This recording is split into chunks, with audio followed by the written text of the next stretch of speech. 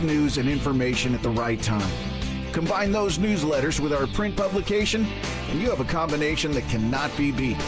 Sign up today for the newsletter or newsletters that fit your needs at fleetowner.com. For industry news and trends, that is fleetowner.com. That's fleetowner.com. Truck drivers are the unsung heroes and backbone of America. When our heroes need support, they turn to the St. Christopher Truckers Fund. The fund steps in to cover necessity household expenses when illness or injury takes an over-the-road semi-truck driver off the road. They also provide free health and wellness programs for drivers. You can learn more about the St. Christopher Fund or donate today at truckersfund.org. Sponsored by St. Christopher Truckers Relief Fund. WWTN, Hendersonville, Nashville. From the Busy Bee Plumbing, Heating, and Cooling Studio, Super Talk 99.7. WTN. Good morning, 5 o'clock now, and I'm Joan Jones with your top stories. We are at 73 right now. We'll head up to 95 today, and Stefano tells us this will be the most pleasant day of the week, and it gets worse humidity-wise as we get further into the week, and he's got the forecast coming up for you right here after the news. Some sticky issues will face President Trump on Friday because he's meeting with Russia's Vladimir Putin, and that meeting will be absent Ukraine's President Vladimir Zelensky. He was not invited. The president suggested on the same day he announced this summit that there would be an exchange of land in order to reach a peace deal. Zelensky flat out rejects ceding any land. The Wall Street Journal is reporting that Putin told Trump's envoy Steve Witkoff he would end the war in exchange for eastern Ukraine. The Wall Street Journal also reported that Europe and Ukraine presented its own peace plan to top U.S. officials, saying that no land concessions without ironclad security guarantees, including potential NATO membership for Ukraine. ABC's Selena Wang there. President Trump is expected to unveil his plan to crack down on crime in the nation's capital after threatening a federal takeover of Washington, D.C. President Trump has suggested in the past that the federal government should take over the city and threatened to have the feds step in after a former worker for Elon Musk's Doge Group was assaulted during an attempted carjacking last week. We have a capital that's very unsafe. We're going to do something about it. Over the weekend, more than 100 federal agents were deployed across D.C. in a massive anti-carjacking operation. Trump also suggesting trying young teenagers as young as 14 as adults. ABC's Nicole D'Antonio. The city of LaVerne is on the verge of rapid expansion with 11,000 homes set to be built within a 3-mile radius of Waldron Road. Now, one of those developments is the Twinning Stations development, homes starting there at $900,000. Some other developments are around $400,000. Construction is underway now, but a full build-out will take about 6 more years. Market numbers brought to you by Beacon Capital Management, online at beaconcm.com. Markets will resume trading after the major indexes closing Friday higher ended their third winning week in the last 4. It's also after some rockiness over uncertainty about President Trump's trade war and its potential impact on the U.S. economy and the Federal Reserve's interest rate policy. But analysts say full effects of the tariffs won't be felt for a while. The market is becoming numb to tariff headlines, says Daniel Skilly, head of Morgan Stanley's wealth management, to the Associated Press. Fed Chair Jerome Powell has been under increasing pressure from Trump to cut interest rates. Policy decisions aren't made solely by the Fed chair. All 12 members of the Federal Open Market Committee vote. Trump has nominated Stephen Miran to the Fed's Board of Governors, a near certain vote in favor of lowering rates. Reports due out this week that could affect stock prices are on inflation, with the Consumer Price Index, and retail sales and industrial production. Chuck Severson, ABC News. And we're on track for a nice start on Wall Street. The Dow futures are plus 100 right now. NASDAQ futures up 13. S&P futures, they're gaining 6. That is the latest news. We've got traffic and weather ahead. I'm Joan Jones, WTN News. Oh, no. Stomach issues again? Stomach issues? Who are you? Your pancreas. I could be the real reason for your diarrhea, gas, bloating, stomach pain, or loose, oily stools. I thought it was my stomach. People often do, but any of these symptoms could mean having a condition called exocrine pancreatic insufficiency, or EPI. With EPI, the pancreas doesn't release enough enzymes to break down food, but EPI is manageable. Use the symptom checker on identifyepi.com and speak with your doctor. That's identifyepi.com. Sponsored by AbbVie. An official message from Medicare. I turned 65 this year. I knew it was time to figure out Medicare, and I had questions, like when to enroll and how to enroll. So I went straight to the official source, Medicare.gov, to get the facts about Medicare. I found answers to all my questions, and I'm ready to get started. And so can you. Just go to Medicare.gov to get the real facts about Medicare. Paid for by the U.S. Department of Health and Human Services. Stanley spent his life in the saddle, wrangling whatever life threw at him, but nothing prepared him for the fight against ED. Shane practically hunched him over. Online pills just gave him a headache. He begged for a lifeline. Well, maybe it's over. Tennessee Men's Clinic said no. Medical conditions, old age, there's hope. This is about real treatments. Science, not one-size-fits-all guesswork. Tennessee Men's Clinic was designed for men who hate going to the doctor. Personalized plans, cutting-edge treatments, overseen by actual urologists and providers who take the time to listen. With AD and performance treatments others only dream about, we fight like hell to get you back in the saddle. Because every second you wait, your condition could worsen. Act now. Don't let time slip away. Dial 615-208-9090 or go to TennesseeMen'sClinic.com. Your consultation includes blood work with results before you leave. Tennessee Men's Clinic, making it happen. Get a guaranteed offer from Mark Spain Real Estate. 855-299-SOLD. From the United Structural Systems WTN Traffic Center. Well, it sure does look good this morning. Now, I don't see any delays so far this morning on 2440. Looks fine. No problems coming in from the north on 65 or 24. Traffic every 10 minutes every morning on Super Talk 99.7 WTN.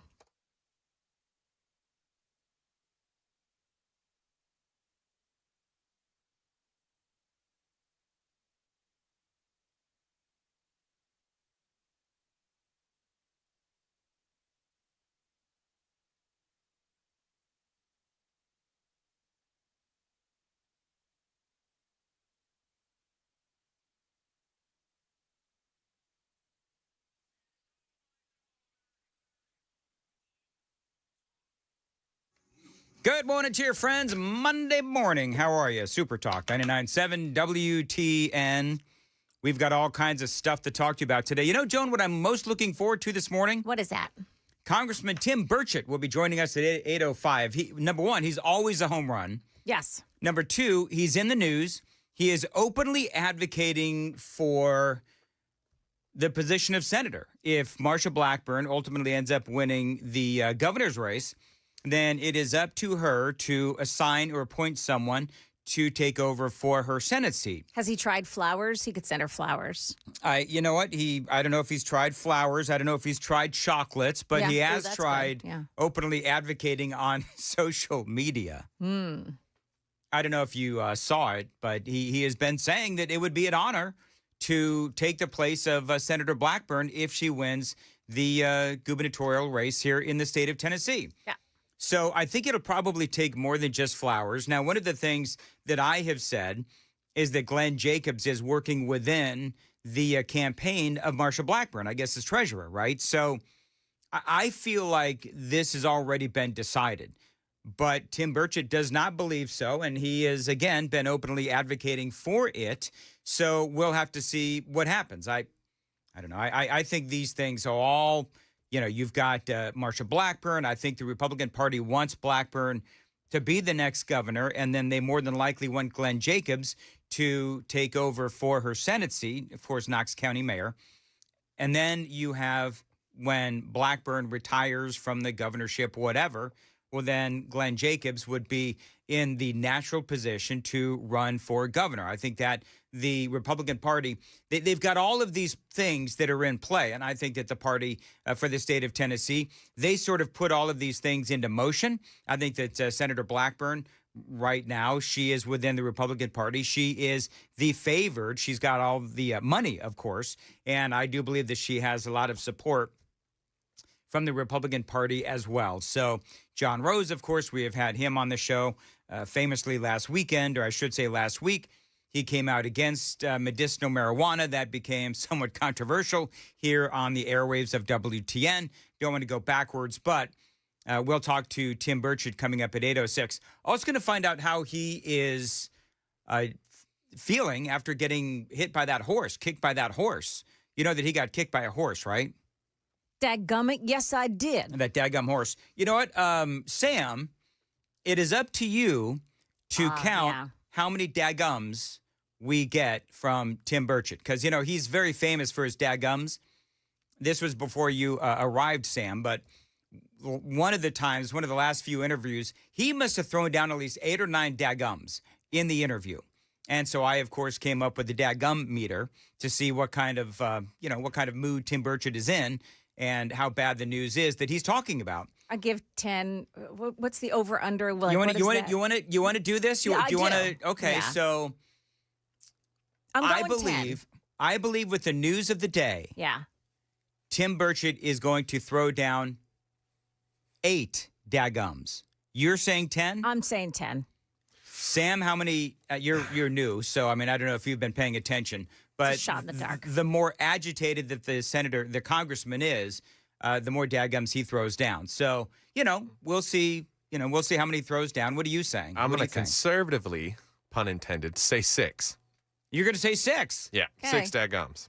Okay, so that's see. what we're gonna do. We're gonna see how many Now, nobody tell Burchett. No, All right? definitely not. Nobody tell No. Burchett Unless he's because awake right now and watching or listening. I'm positive he is not awake. No, he may be.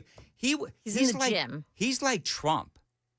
I was actually doing my show prep at like 2 o'clock in the morning, and he put up a tweet at 2 o'clock in the morning. Now I don't know if he maybe scheduled it. I don't know if you can do such a thing, but he did post something on X at about 2:30 this morning, and I was struck by the time. So, yeah, maybe you're right. Maybe he is out there. Maybe he is working out Joan, because it is 6:11. Yeah. But I am positive that he's not, Could be taking a sunrise cruise on his longboard. You never know. You never know. I don't believe that he is watching Nashville's morning news while he's working out or doing whatever it is that he does so early in the morning.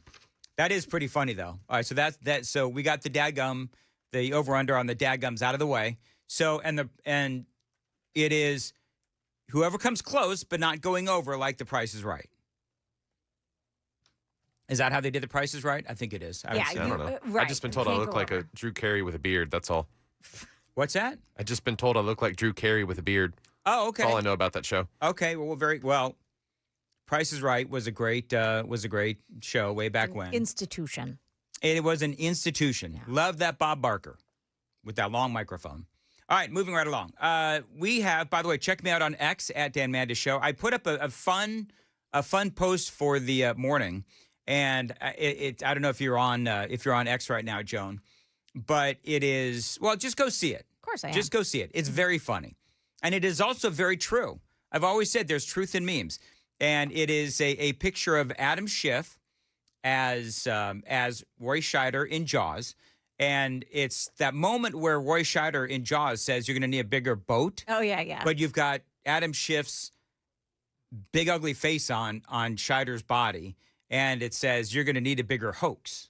He's got a cigarette hanging out of his mouth. Yeah. Oh, that's great. And the whole point about, because of truth in memes, right? Yeah.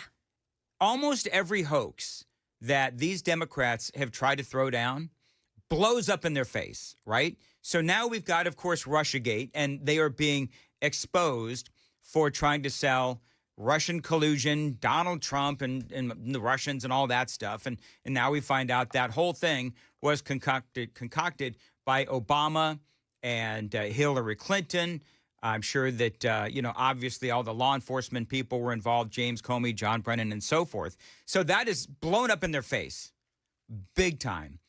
We all know some of the other hoaxes that have been out there that did also blow up in the faces of the Democrats, find people on both sides. That ultimately did blow up in the Democrats' faces. You know what the problem is, though?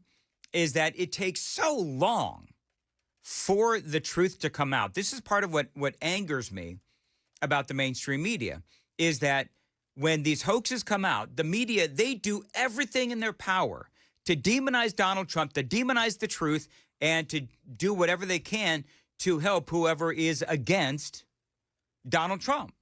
I mean, we could talk about, the laptop from hell and about how the media tried to do everything they could to not investigate it, not use any kind of journalistic curiosity, and they just said, oh, no, it's Russian disinformation. That's what it is.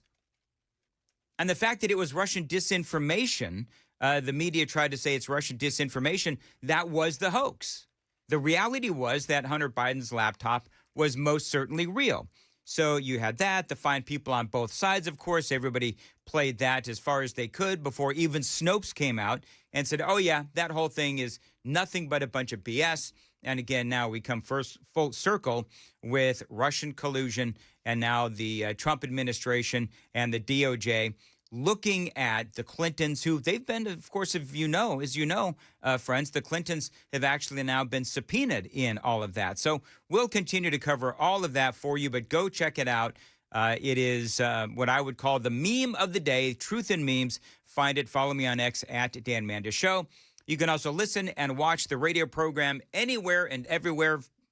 YouTube, Facebook, 997WTN.com. You got Rumble and all the other places you can watch and listen. Just basically anywhere you go, if you want to see the radio show, you can. And you can, of course, listen on your radio at 99.7 WTN on your FM dial. It is 5:15 on Super Talk 99.7. Joan Jones, what's going on in traffic? Really nothing, Dan. There's no problems on 40, on I-24. No problems coming in from the north side either. Everything is looking good so far this morning. Traffic every 10 minutes every morning on Super Talk 99.7 WTN. All right, thank you, Joan. 5:15, Nashville's Morning News on Super Talk 99.7. Joan, we have a bit of controversy in the studio here between Sam and I. I'm just letting you know. Oh.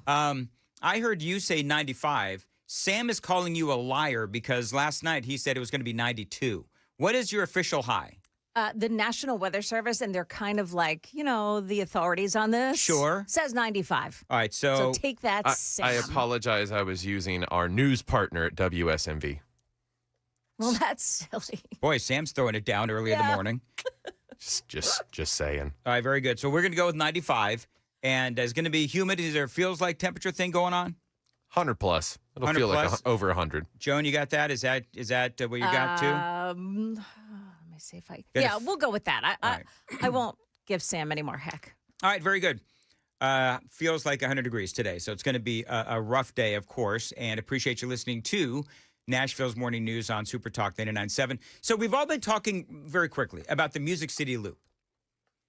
One of the ways that the Democrats, I believe, one of the ways that the Democrats going to try to stop the Music City Loop is with like these environmental concerns. If you know anything about these kinds of projects, one of the things that Democrats always try to do is they throw down environmental concerns. They get it all wrapped up in lawsuits. They get wrapped up in environmental lawsuits and all these other things. And this always happens. Well, this headline got my attention from Fox 17. Nashville's Music City Loop project sparks concern over environmental challenges. So what could it be? What could it be? Because I'm assuming that they've already done all of the proper investigation into the environmental concerns before they even went down this road. Fox 17 News is taking a closer look at the plan to build an underground tunnel connecting Nashville's airport to downtown. And one big question is whether the terrain could cause problems. They're talking about flooding risks. They found a geology professor, Fox 17 did, who spoke with Fox 17. They're saying that Elon Musk's boring company comes with flooding risks. She also warns it could mean less water in places like the Cumberland River. The project, called the Music City Loop, would connect the state capitol in downtown Nashville to Nashville International Airport in as little as 8 minutes. So they're talking about the flooding risks. Of course, they say not everyone is on board. Nashville Mayor Freddie O'Connell still has questions. The reason why Freddie O'Connell still has questions is because Freddie O'Connell refused to participate in the process. That's why Freddie O'Connell still has questions. He says, I think that's one of the questions we've got. Is this a net positive overall? Well, I think it is. I think most people believe that it is. One concern from community members does stand out. How will the tunnel affect what is going on underground? Kalina Dunkel, a geology professor at Austin Peay State University, She said that she is worried about flooding. She says if you're planning on having cars driving it, that's what's going to be a problem. Is there's literally water covering the whole tunnel roadway. They have tunnels underwater in like New York. Joan, you would know this maybe better than I would, but isn't the Lincoln Tunnel, is it the Lincoln Tunnel in New York that is underwater?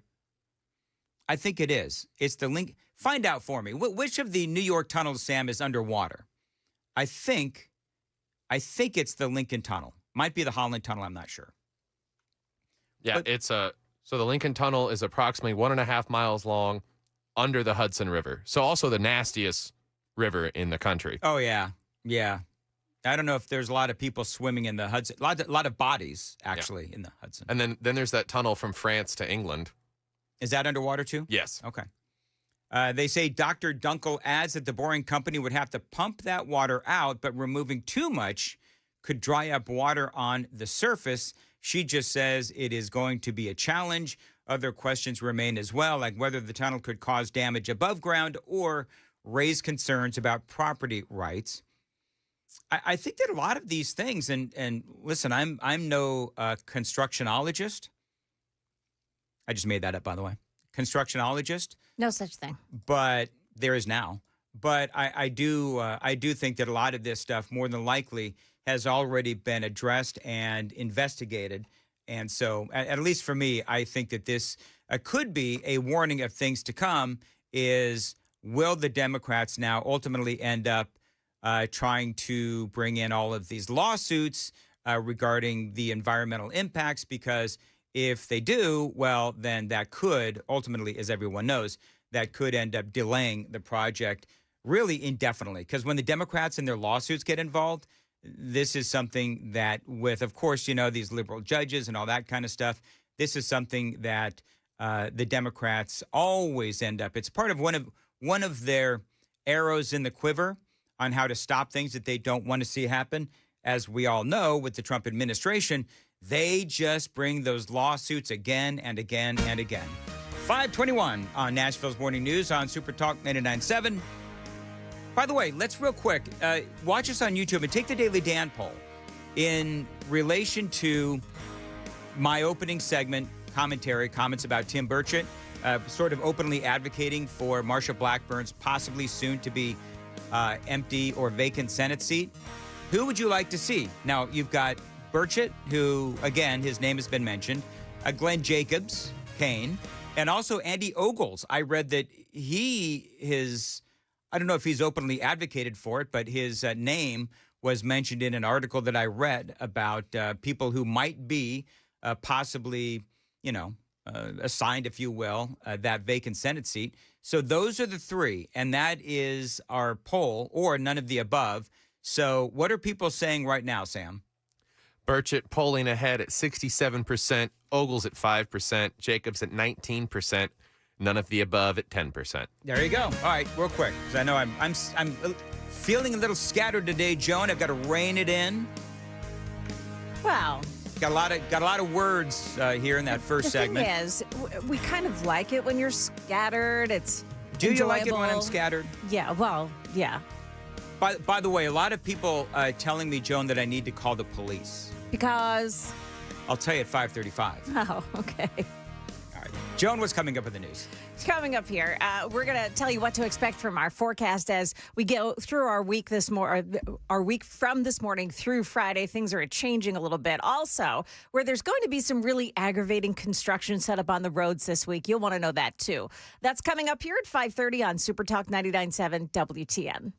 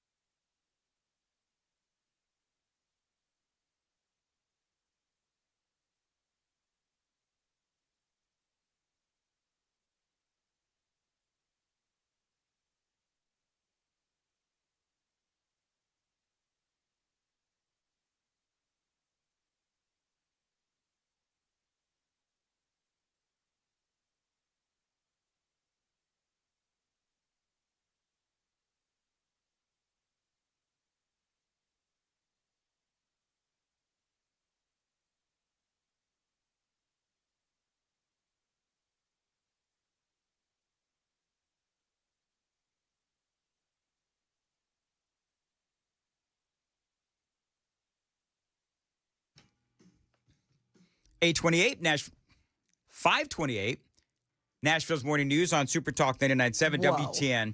Man, it's just said the wrong time. I'm not even on. I haven't logged onto the text line yet. I already know. You don't have to tell me. I shanked the time. See, this is what I mean, that we like it when you're scattered. It's kind of fun. Is it fun, Joan? I'm not sure if it's fun. You know what it is? It's the Polish breakfast I had this morning, courtesy of listener Donna. Ah, yes. Donna brought, what is it? It's like Polish pastries. Yeah. Yeah. Butter cookies and, little pastries. Yeah. So when I got on the air this morning, I almost said, Dan Mandinsky is. That doesn't work, Dan. Doesn't work? No. Nope. Do you remember in school? Do you remember in school we used to make fun of people? We used to tell them like somebody's last name. If you wanted to insult them, you'd call them with the last name is Ski. Yeah. I don't know why that was a common thing, Joan, when you and I were kids, because it's so silly and it doesn't say anything. No. And I don't know if do kids still do that? And by the way, just so we're clear, I have no problem with the country of Poland or Polish people at all. I don't. I don't know why kids did that when we were younger, Joan. Is that still a thing, Sam? I mean, you're closer to school than we are. Did they do that when you were in grade school? I think my generation was the last one to have extreme bullying in high school, and that's when they started to come down with all the inclusivity stuff. Right. But we were more so, we escalated it to personal attacks about direct information about that individual, not necessarily adding on to it. I was going to say, these days the bullying is actually a lot worse than it was when Joan and I were in school. Mm-hmm. The differences in bullying now versus when Joan and I were in school, night and day. Maybe we'll pick up this conversation coming up, but right now, time for the news on WTN.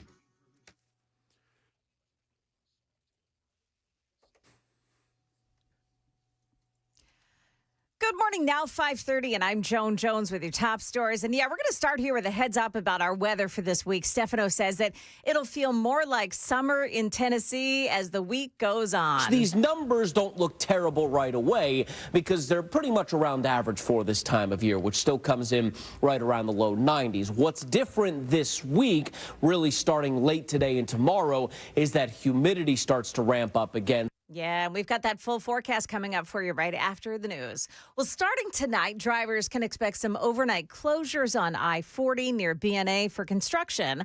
TDOT crews are closing 3 lanes between 8 p.m. and 4 a.m., starting with the eastbound lanes and then switching over to the westbound lanes over the course of several weeks. Exit ramps are likely going to be closed as well.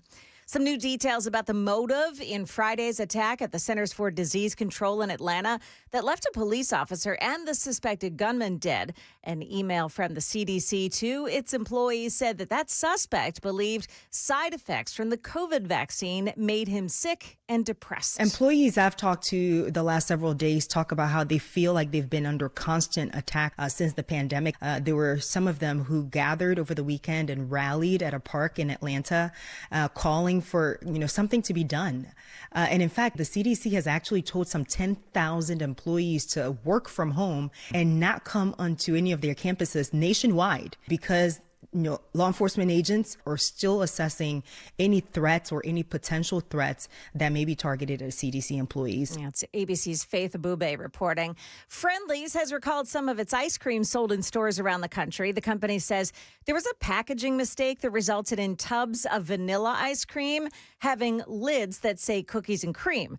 The mistake could affect people with soy and wheat allergies. That is the latest news, traffic, and weather next. I'm Joan Jones, WTN News.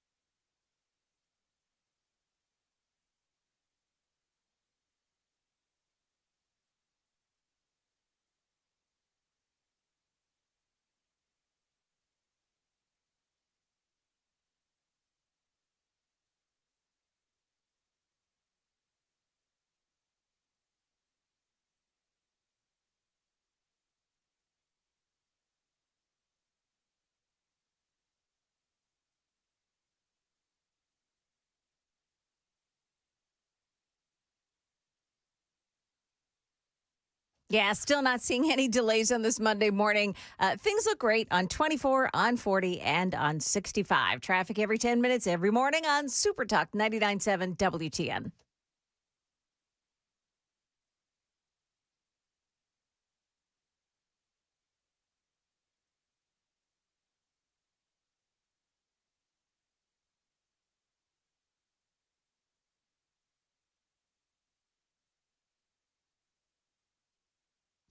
.536 Nashville's Morning News on Super Talk 99.7 WTN. So I don't know. People are telling me, Joan and Sam, that I should call the police. But why? Because on the podcast that Chris and I do, I read my hate mail. Oh. And Did you people watch any of it, Joan? And people are saying now that I really should call the police because some of that stuff was really nasty. Yes. And did you watch it, Sam? I watched the first half of it with my brother and sister-in-law. We were hanging out Saturday, and I'm like, wow, we got to tune in to Mostly Peaceful with Dan Mandis and Chris Hand. There you go. And nice plug. It was hilarious, but also I was, as someone that cares about the people he works with, I was concerned for you. I'm wondering what kind of ammunition you keep in your closet. Lots, actually. I don't know, Joan. I don't know if you saw the podcast in my hate mail. You know what? We spent the weekend babysitting 2 babies. Very good. So and out. Yeah. Quite a few people said that I needed to call the cops based on my hate mail. That's incredible. It was. Did it surprise Chris? Yeah, Yes. he did. Chris was shocked, and it's so bad that I can't read it on the radio, which is why we chose to do it via the podcast. I mean, F-bombs and all. Do you know how weird it was to curse behind a microphone? After years of not being able to, yeah. After years of not being able to. And you know what I noticed? It really wasn't all that thrilling. Actually, it's no big deal. But anyway, no, I'm not going to call the police because people are allowed to, because no one threatened me. They said that I wish that I was dead, but they didn't actually say that they would be the ones to cause me to be dead. So there is that. That's disturbing that there are people that say, I mean, you are not one of those people that says inflammatory things. No, I'm not inflammatory. Right, that get people that riled up. So what riles people up that much that they would want to say that to you? Did you hear what they said about you? Oh, is this you spoke about this last week. I did. Are you okay if I say? Yeah, go for it. Okay, so I don't care. One of the letters talked about Joan and called you. Was it Leatherface? Leathery-faced Joan, who graduated high school in the 1950s. That's just... Leathery-faced old Joan Jones. Weren't they talking about her tomatoes, too? No, that was me. Oh. Thanks, though, for bringing that up. Perfect. So... Leathery face. And the guy called Chris Hand basically dumb because he was taking out, he kind of took out everybody. Yeah. And one of the things that he said, and I had this in a little promo reel, guy said that all of the hosts on WTN seem intelligent, except for that Chris Hand guy.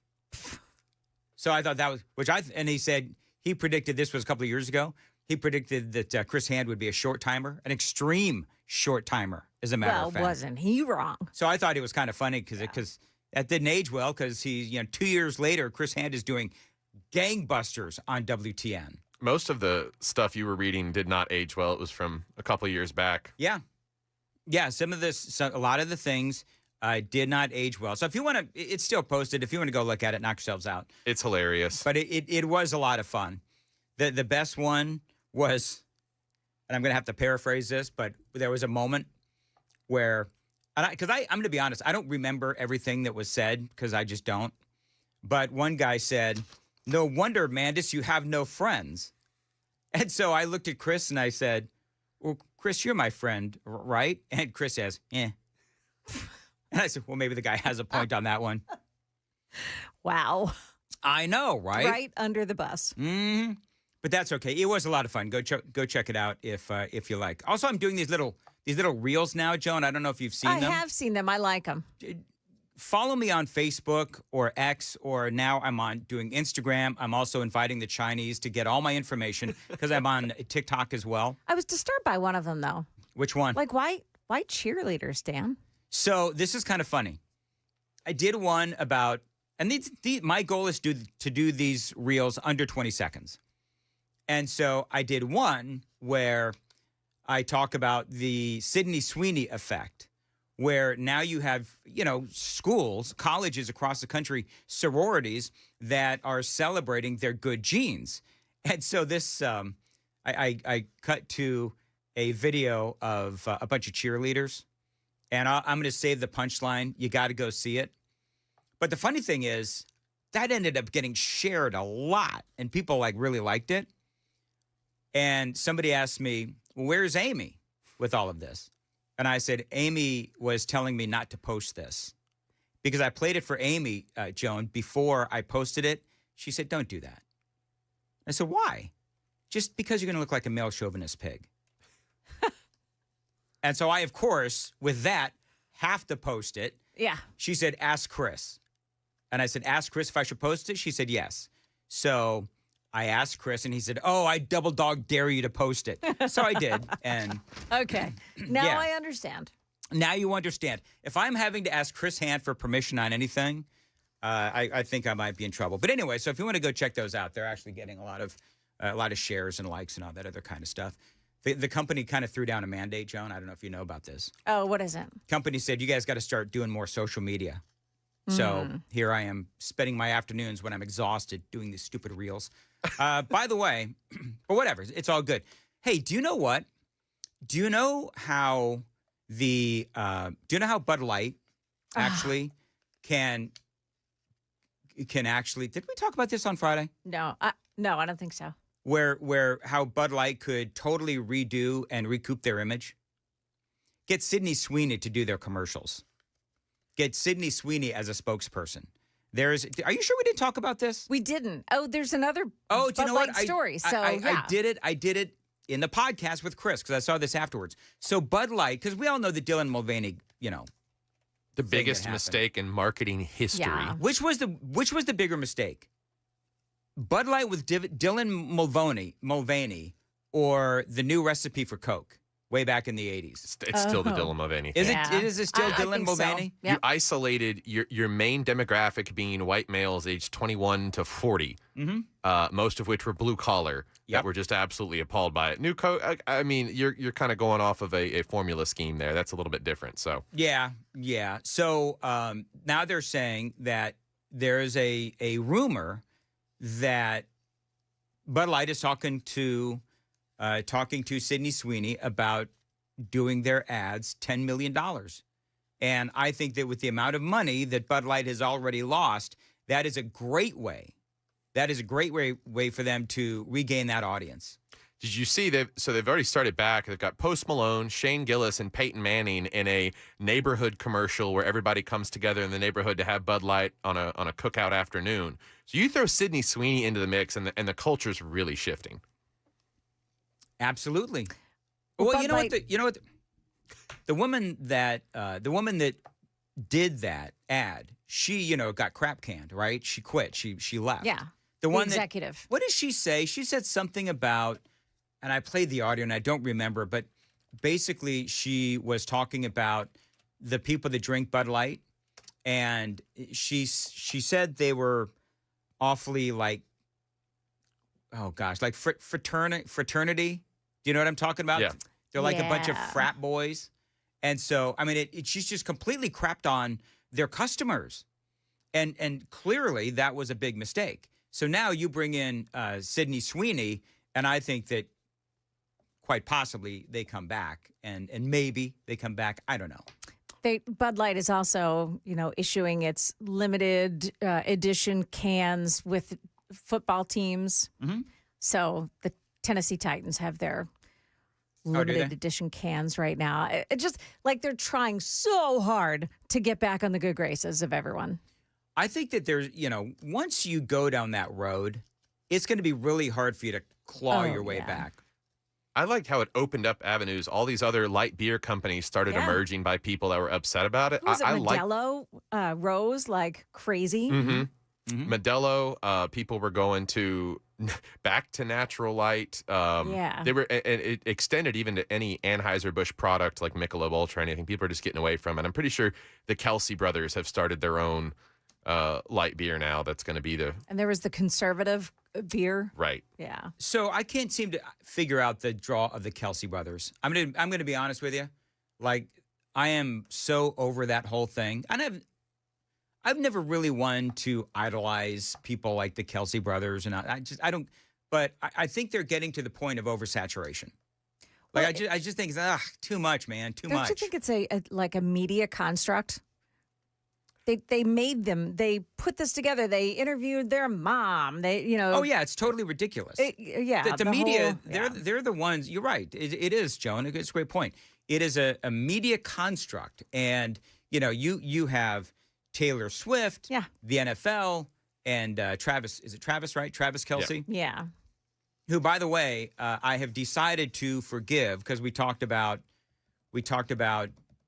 the Adam Sandler movie Happy Gilmore 2. Yeah. And Travis Kelsey was actually in that. I put that aside. I still like the movie. And Chris is, it's so funny. Chris is just dying to have a debate with me on maybe that's what we'll do for podcast number 6. Maybe he and I, because he's like, I don't want to do a spoiler here on the radio about, Happy Gilmore 2. So he didn't want to, debate. I don't know what's there to debate, whether or not you like things or not, but he's dying to just, come at me, bro. His new segment, Come At Me, Bro, where he's just like, people come in and they just start yelling at you and trying to debate you and all that. So maybe he and I could do a Come At Me, Bro for podcast number 6. By the way, that's a good idea. People are asking me which podcast did I read the hate mail on. It is the latest one, which is number 5. So it's got a language warning because it needs one. It sure does. It sure does. By the way, somebody said that they were listening to us in Florida. Thank you for that. I know, right? That's crazy. Yeah, I mean, they got up early to listen to us in Florida. And thank you very much. I will admit that when I was on my honeymoon a couple of years ago, and I think we went to the Caribbean, I did not listen for 1 second. Joan, you listen when you're on vacation, interestingly enough. I do. Yeah. So I wanted to tell you about the cookies, because that was our listener, Donna, that Thank you, Donna. brought the cookies, right? And I met her yesterday. I got to meet her at a local grocery store to pick them up. It was like this exchange in the parking lot. Wow, it's like it's like a drug deal. It was. It really was. Sure they're not laced? Your windows tinted? No. She said, you guys have no idea how much I enjoy listening to you every day. And I hope she doesn't mind me reading this. Even with me being on vacation in Michigan, I was still listening to you on my phone. That's how my mornings get going. Oh, thank you, Donna. Yeah, so really sweet about, and she went on and on about how wonderful, like how much she bases her day on us, like, and she gets a good laugh out of us. That's so sweet. Thank you, Donna. Yeah, love that. The crazy story about Donna, and this was I don't know when it was, quite some time ago, but I was getting ready to go on vacation, and I was going to buy the book by Lindsay Snyder, the In-N-Out book. Yeah. You were there, Joan. Yep. And I was literally going to go that day to the bookstore and buy it. And she somehow knew that I wanted that. I don't know if I said it on the air, but she brought me the book. She gave me the book. That's crazy. Right before my vacation. It was I was like, how did you know? But she did, and she brought it, so I didn't have to. What a great book, too, by Lindsay Snyder. Holy mac with that In-N-Out book. I'm close to finishing it. I have not yet finished it, but I'm getting very, very close. Joan. Yeah. What is, and super texters, I want you to participate as well. Ladies, this is for you. Joan, do you know what is the most attractive trait in a man? What is the most attractive hobby that a man can have? What? Okay, so that's 2 different questions. Trait or hobby? Okay, let's do hobby. Hobby. Yeah. What is the most attractive hobby that a man can have? I don't know, being able to fix his car. Okay. All right. Joan is a male chauvinist pig. I'm just kidding, Joan. What about you, Sam? I would have to say being able to like play guitar and sing. Oh, okay. All right, that's good. That's good. Because I can do both of those things. You know, the great thing is, Bragger, the great thing, I can't do any of those. I can't fix my car. I can't play guitar, and I certainly can't sing. They did a study, and the study shows that men who reading is the most attractive hobby to women. Okay. I want to know the parameters of this study because every time I'm quiet, my wife is suspicious.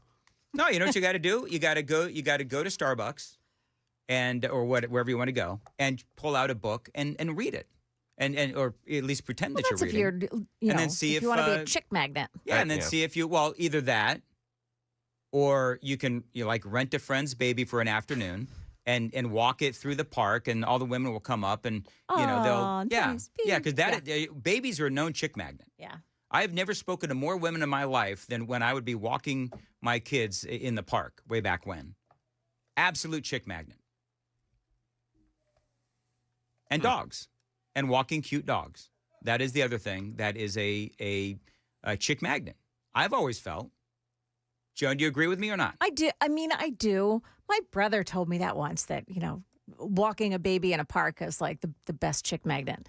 And I mean, I don't understand. When I think about, would I go up to somebody and go on and on about their baby? I don't know. There was a time not that long ago that I had one of my grandkids in a baby stroller. And I also had the dog, right? Yeah. So, and I was walking both. These two ladies came up and they were fawning over the dog. Couldn't say enough about the dog. They never even looked in the stroller. Really? Yeah. So, I don't know. I think it depends on the person. Now, Jewel says, and I don't know if Jewel is a man or a woman, says, I can play guitar and bass and keyboard and sing. I can also fly airplanes. So, I don't know if Jewel is a guy or girl, but. And is Jewel, married or? No, I don't know. Looking? I don't know. I don't ask those questions of the super texters. Oh, Joey and Chandler did it on Friends. See? Did they really? That's what we're being told on the super text line by Philip. Yeah. Very good. Yeah, no, I've got enough problems of my own, Joan. I don't need to start asking people on the super text line if they're married. Let's see. It is 5:53 on Nashville's Morning News on Super Talk. Joan has the news at 6. Joan. Yeah, we've got a proposal to change Tennessee's constitution. We'll tell you what that's all about and why an East Tennessee man shot a black bear to death this weekend. Stick around for all those stories coming up here at 6 o'clock on Super Talk 99.7 WTN.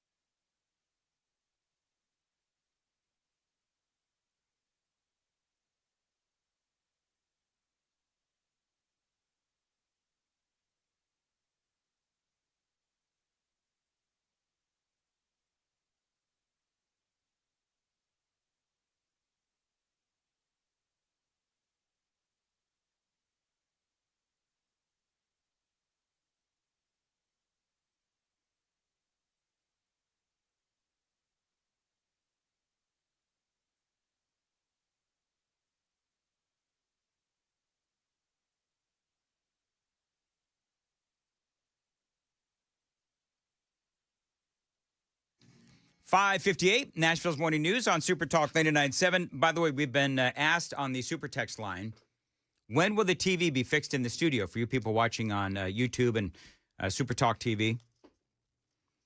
Do we admit, Joan and Sam, what we all know in building? Absolutely. That TV has been here for a week. The new TV has been here. The new TV has been for sitting a long in the time. engineering room for at least a week, and it's still broken. Tom Petty said it best. The waiting is the hardest part. It sure is. So we don't know when it's going to be replaced. In fairness to those guys, they are obviously very busy. So the TV is here. Hopefully it'll be fixed sometime soon. I'm hoping that the whole thing doesn't, because it's getting worse by the day. I think the doorstops have to go in first. Are we waiting for the doorstops to come in from like China? I don't know what's happening. China, maybe. China. I don't know. Anyway, but it'll be replaced soon enough. 6 o'clock, WTN.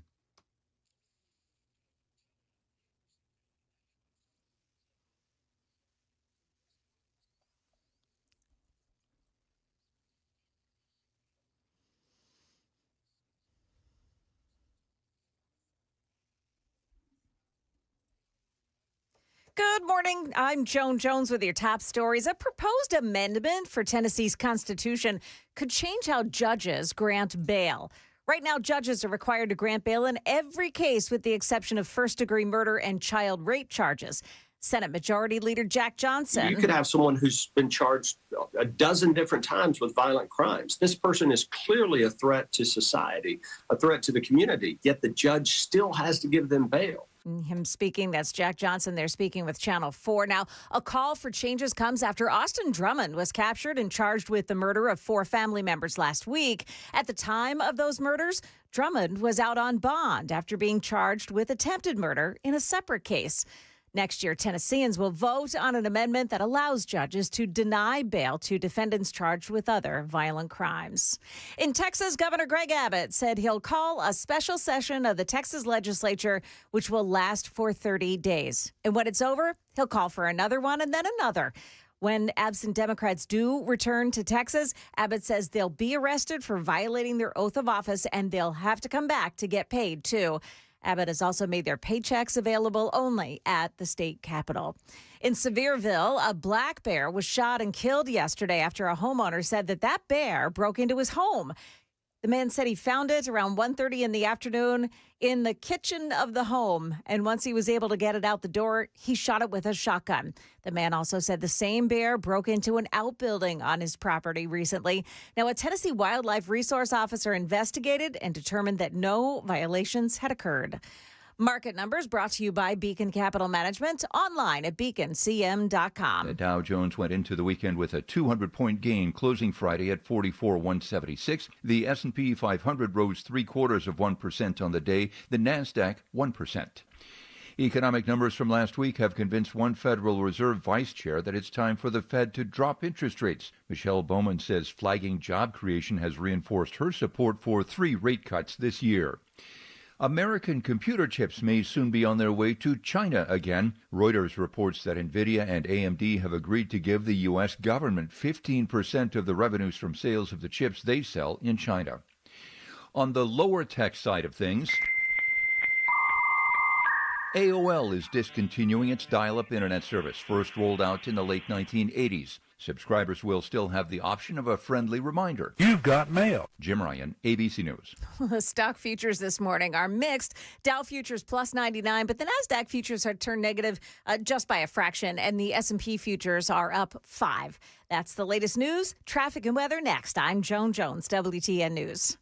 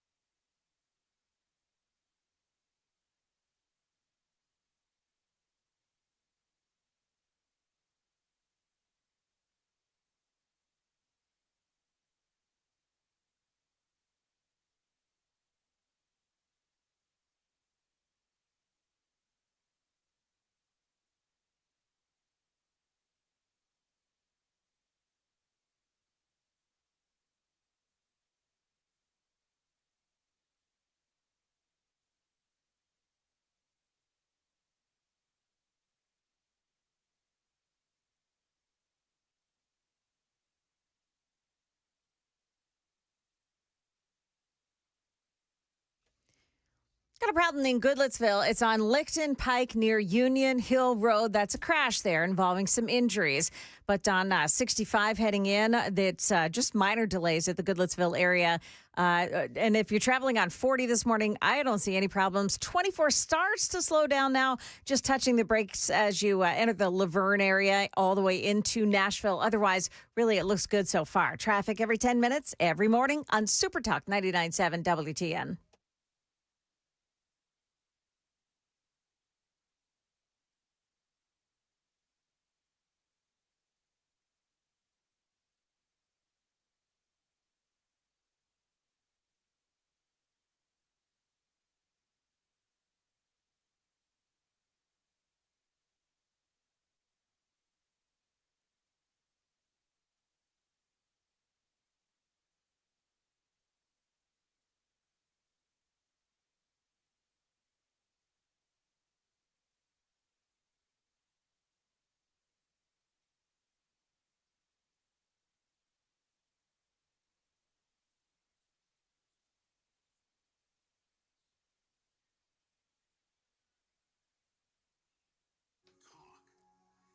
.606 Nashville's Morning News on Super Talk 99.7 WTN. Joan, a programming note.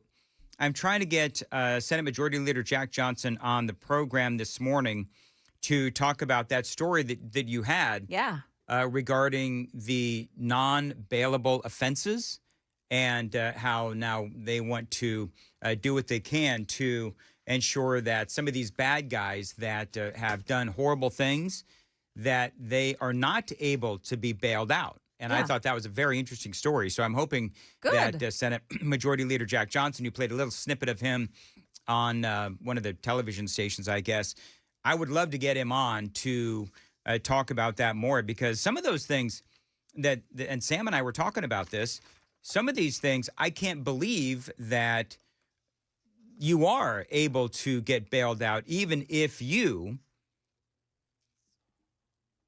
are suspected of, what is it, terrorism? My handwriting's terrible. And your writing is terrible, man. He just handed this back to me. I love you, Sam. I'm not, but he handed this back to me, and I'm trying to decipher. Yeah. It's all good. So right now, all offenses are bailable except capital murder or rape of a child.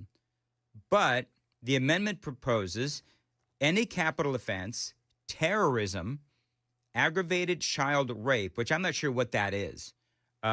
Aggravated rape, grave torture? Yeah. What is that? Like disturbing a gravesite, like grossly. Okay. And I didn't put on there second-degree murder. I was trying to... trying to hurry? Okay. Yeah, chicken scratch. The idea being that, Austin Drummond, the guy that they finally captured after a week on the run, who killed his girlfriend's four family members, allegedly killed his girlfriend's four family members. Put the baby on the front. Yeah, he front was out porch on or bond something. because he attempted to kill somebody else, allegedly. That is so crazy. Yeah.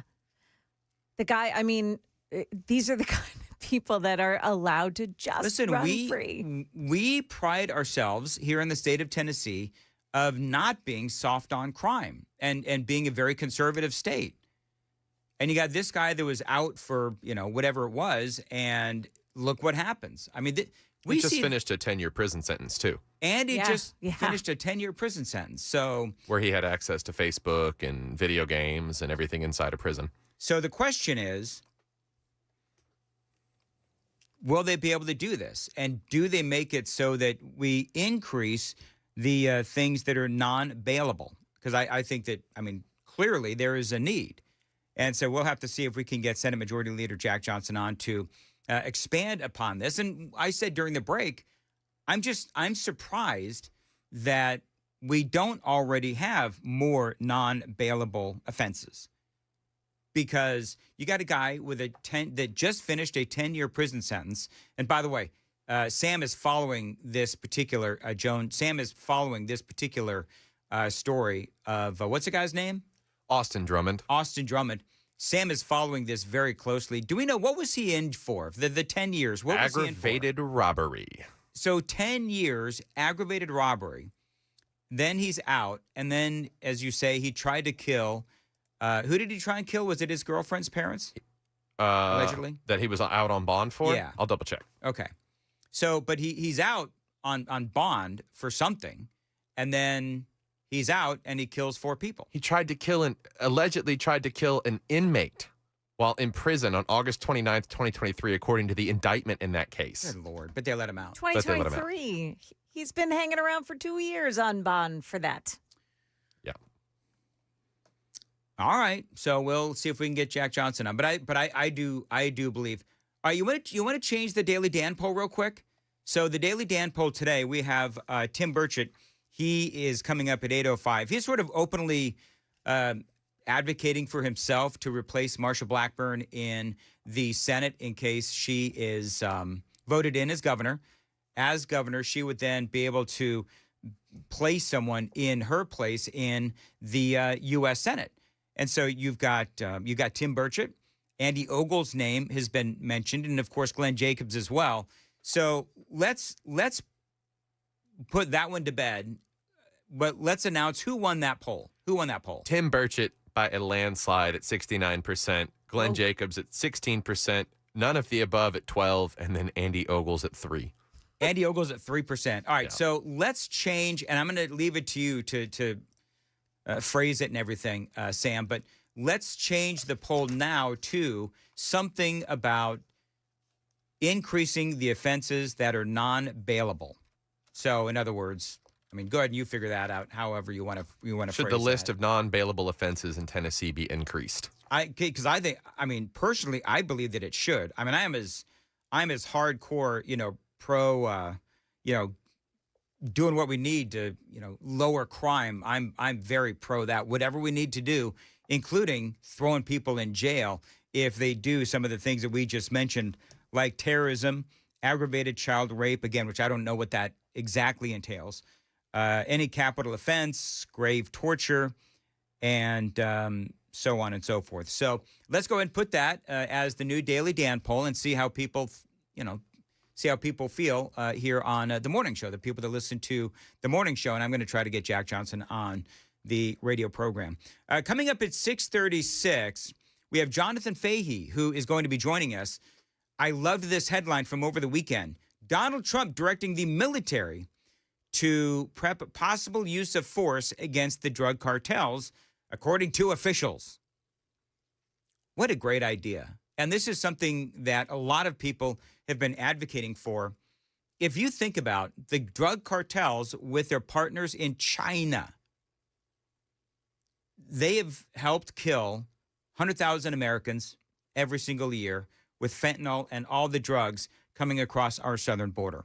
And people have been asking this question, why in the world don't we use the military?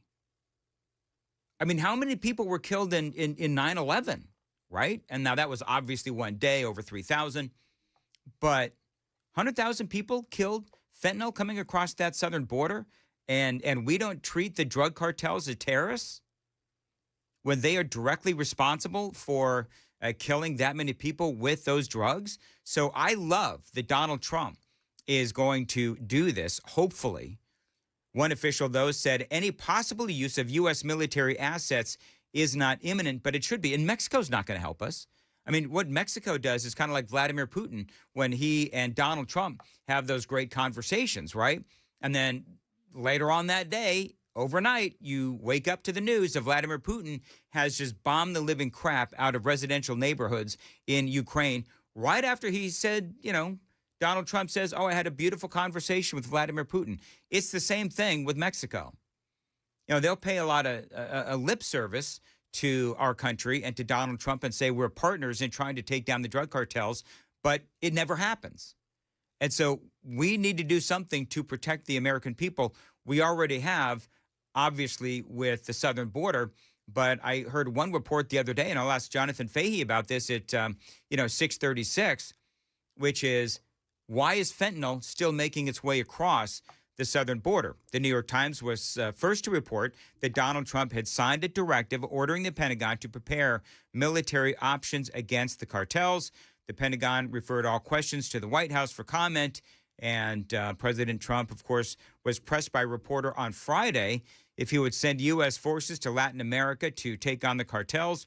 The quote is, well, Latin America's got a lot of cartels and they've got a lot of drugs flowing, so we want to protect our country. Donald Trump is quoted as saying, we have to protect our country. We have not been doing it for 4 years, and we love this country like they love their countries, but the president's saying we have to protect our country, so we're playing a tough game, but we'll have more to say about all that soon, is what Donald Trump said. So I don't know about you. I don't believe that we need a poll to ask the good people of Tennessee whether or not we should use our own military to try to take out the drug cartels. There are political consequences and, all of those other things about going through Congress, all of those other things. I'm sure the president is investigating. However, to me, this seems like a great idea. And this has been something that has been talked about for years and years and years. And if there's one president that has the testicular fortitude to actually do this, it is Donald Trump. 6:15, time to check the roads on WTN.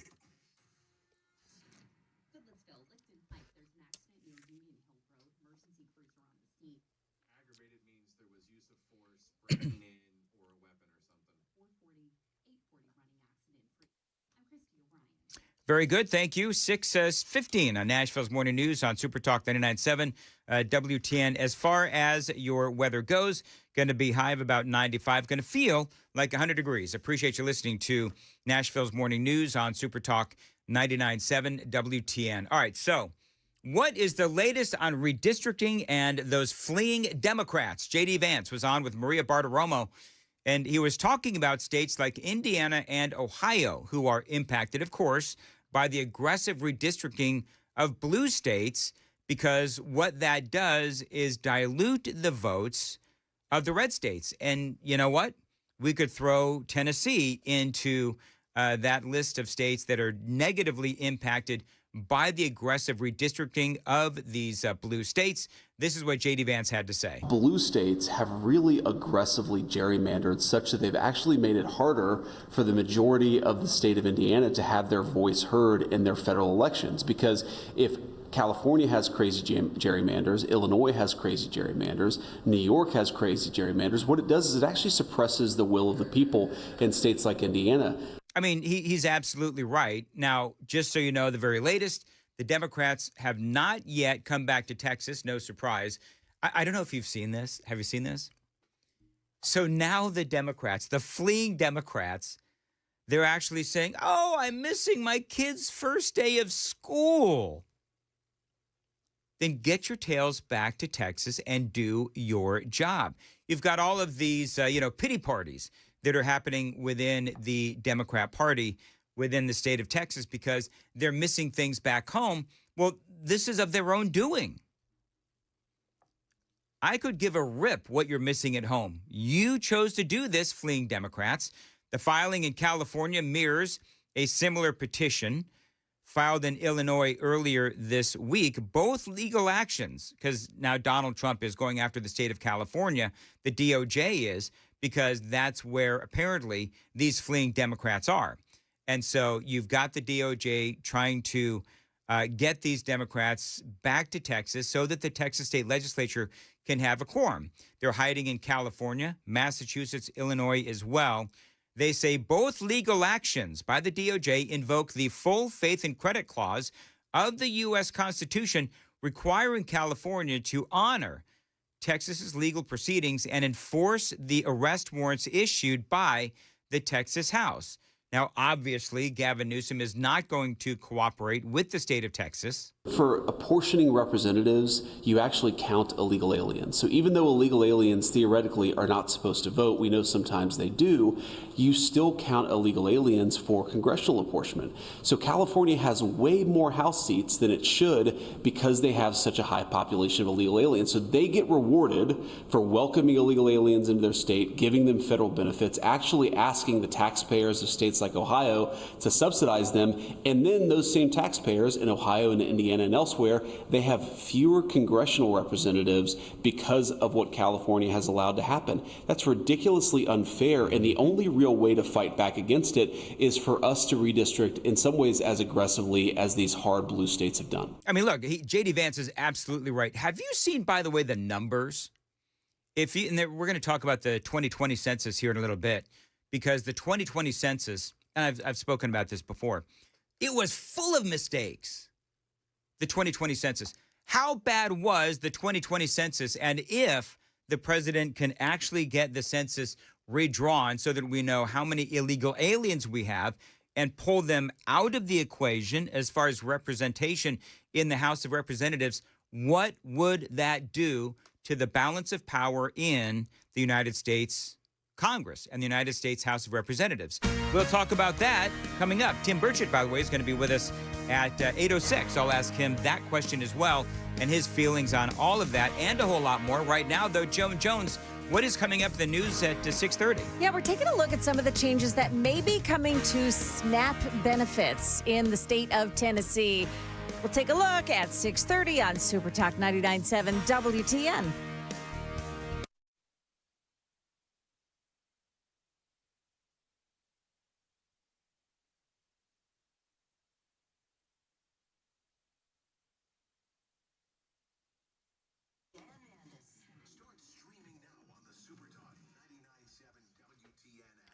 All right, 621, Nashville's Morning News. You know, Vision for Life is celebrating 20 years of 2020. Now, you know, since 2005, Dr. Jeff Horn has provided thousands of patients, including me, 20/20 or better vision. Now, Dr. Horn's expertise and dedication have made him a leader in cataract, LASIK, and other vision correction surgeries. Dr. Horn's commitment to providing the best possible patient experience, in addition to the most advanced technologies in vision correction, has made Vision for Life one of the premier vision correction centers in the world. So help them celebrate 20 years of providing 20/20 vision by scheduling your consultation today. If you've been thinking about vision correction surgery, you've got to check out my guy, Dr. Jeff Horn, and Vision for Life. Again, this is where I went. I am so happy with my surgery and the results. They can help you as well. Check them out. Call them 615-436-2020, 615-436-2020, online anytime, visionforlife.com.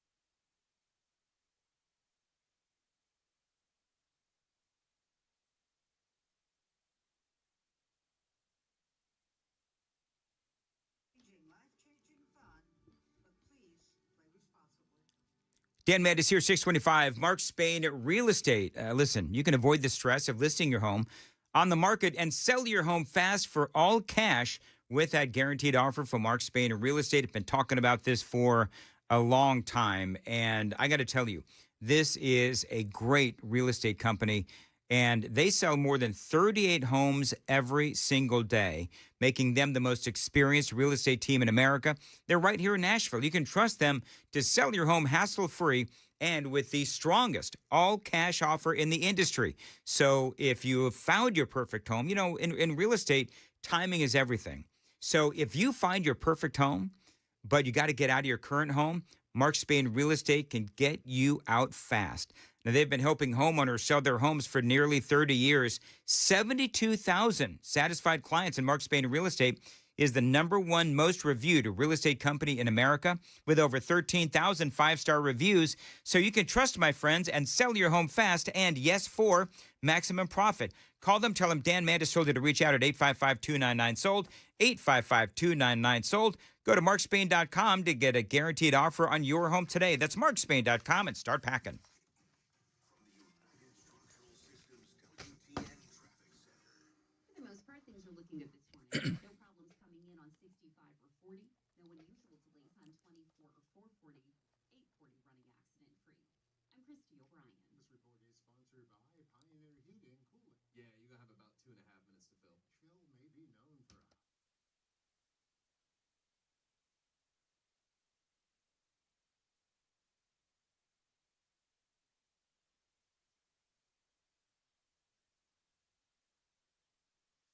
627, Nashville's Morning News on Super Talk 89.7 WWTN. So, J.D. Vance had this to say about the 2020 census, which is really coming into play here with those fleeing Democrats from Texas. Listen. The census in 2020 had a major statistical error, and what that meant is that you actually undercounted a few states that are Republican, like Florida and Ohio. You overcounted some blue states, and so what I understand, if you actually did the census anew right now, you would have 10 additional Republican seats and 9 fewer Democrat seats. Wow. And really, what we're living with, Maria, is the consequence of 40 years of institutional control in the Democratic Party. These guys have fought very dirty for a very long time, and they haven't just won elections and enacted laws that we may not agree with. They have tried to rig the game for Democrats and against Republicans. And thankfully, under President Trump's leadership, you finally see some spine. You finally see some backbone in the Republican Party to fight back against these very aggressive Democratic dirty tricks. Yeah, there have been studies done. California could lose up to 4 congressional seats if illegal aliens are not counted in the census for representation purposes. Obviously, that would be terrible for the state. Based on the 2023 apportionment forecast, just as is, as you just heard J.D. Vance say, a bunch of blue states would be losing representation. Remember the House, of course, in representation, it's based on population. And so if you do the census over again, like Donald Trump wants to do, then you take out the illegal aliens. You have to ask them if they are illegal aliens and so forth. But Illinois would lose 2. Minnesota would lose 1. New York would lose 3. Oregon, Pennsylvania, and Rhode Island would all lose 1. Texas would gain 4. Florida would gain 3. Tennessee would gain 1. North Carolina would gain 1. Arizona would gain 1 as well. Utah would gain 1. Georgia would gain 1. Idaho would gain 1 as well. So I'm telling you, they're talking about the 2030 census. Democrats would ultimately lose 13 seats and Republicans would gain 13 seats. So this is a very big deal, and the fleeing Texas Democrats have really opened up a can of worms, and we'll have to see how this all plays out. It is 6:30. Remember, Jonathan Fehee is coming up at about 6:36. Donald Trump versus the cartels. Cannot wait to get Jonathan's reaction to that and a whole lot more straight ahead on WTN.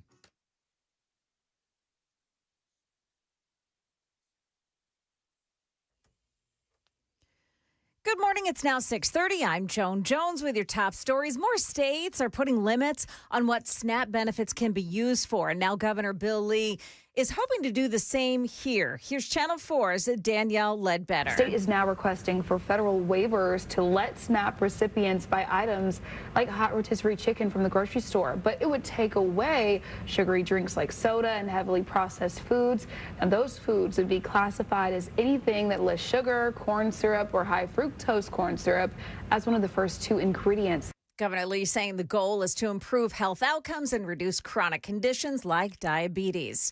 We know the identity now of the man who was struck and killed on Shelbyville Highway on Friday. Police are saying 86-year-old Jerry Smotherman had stopped to help after seeing a car that was stopped in the median. He was killed after helping. He was on his way back to his house when another car hit and killed him. Dolly Parton has a new musical about her life. It's called Dolly, a true original musical, and it premiered here in Nashville before heading out nationwide next year. Dolly tells Channel 4 there's no question about where it would start. It means everything to me because why not?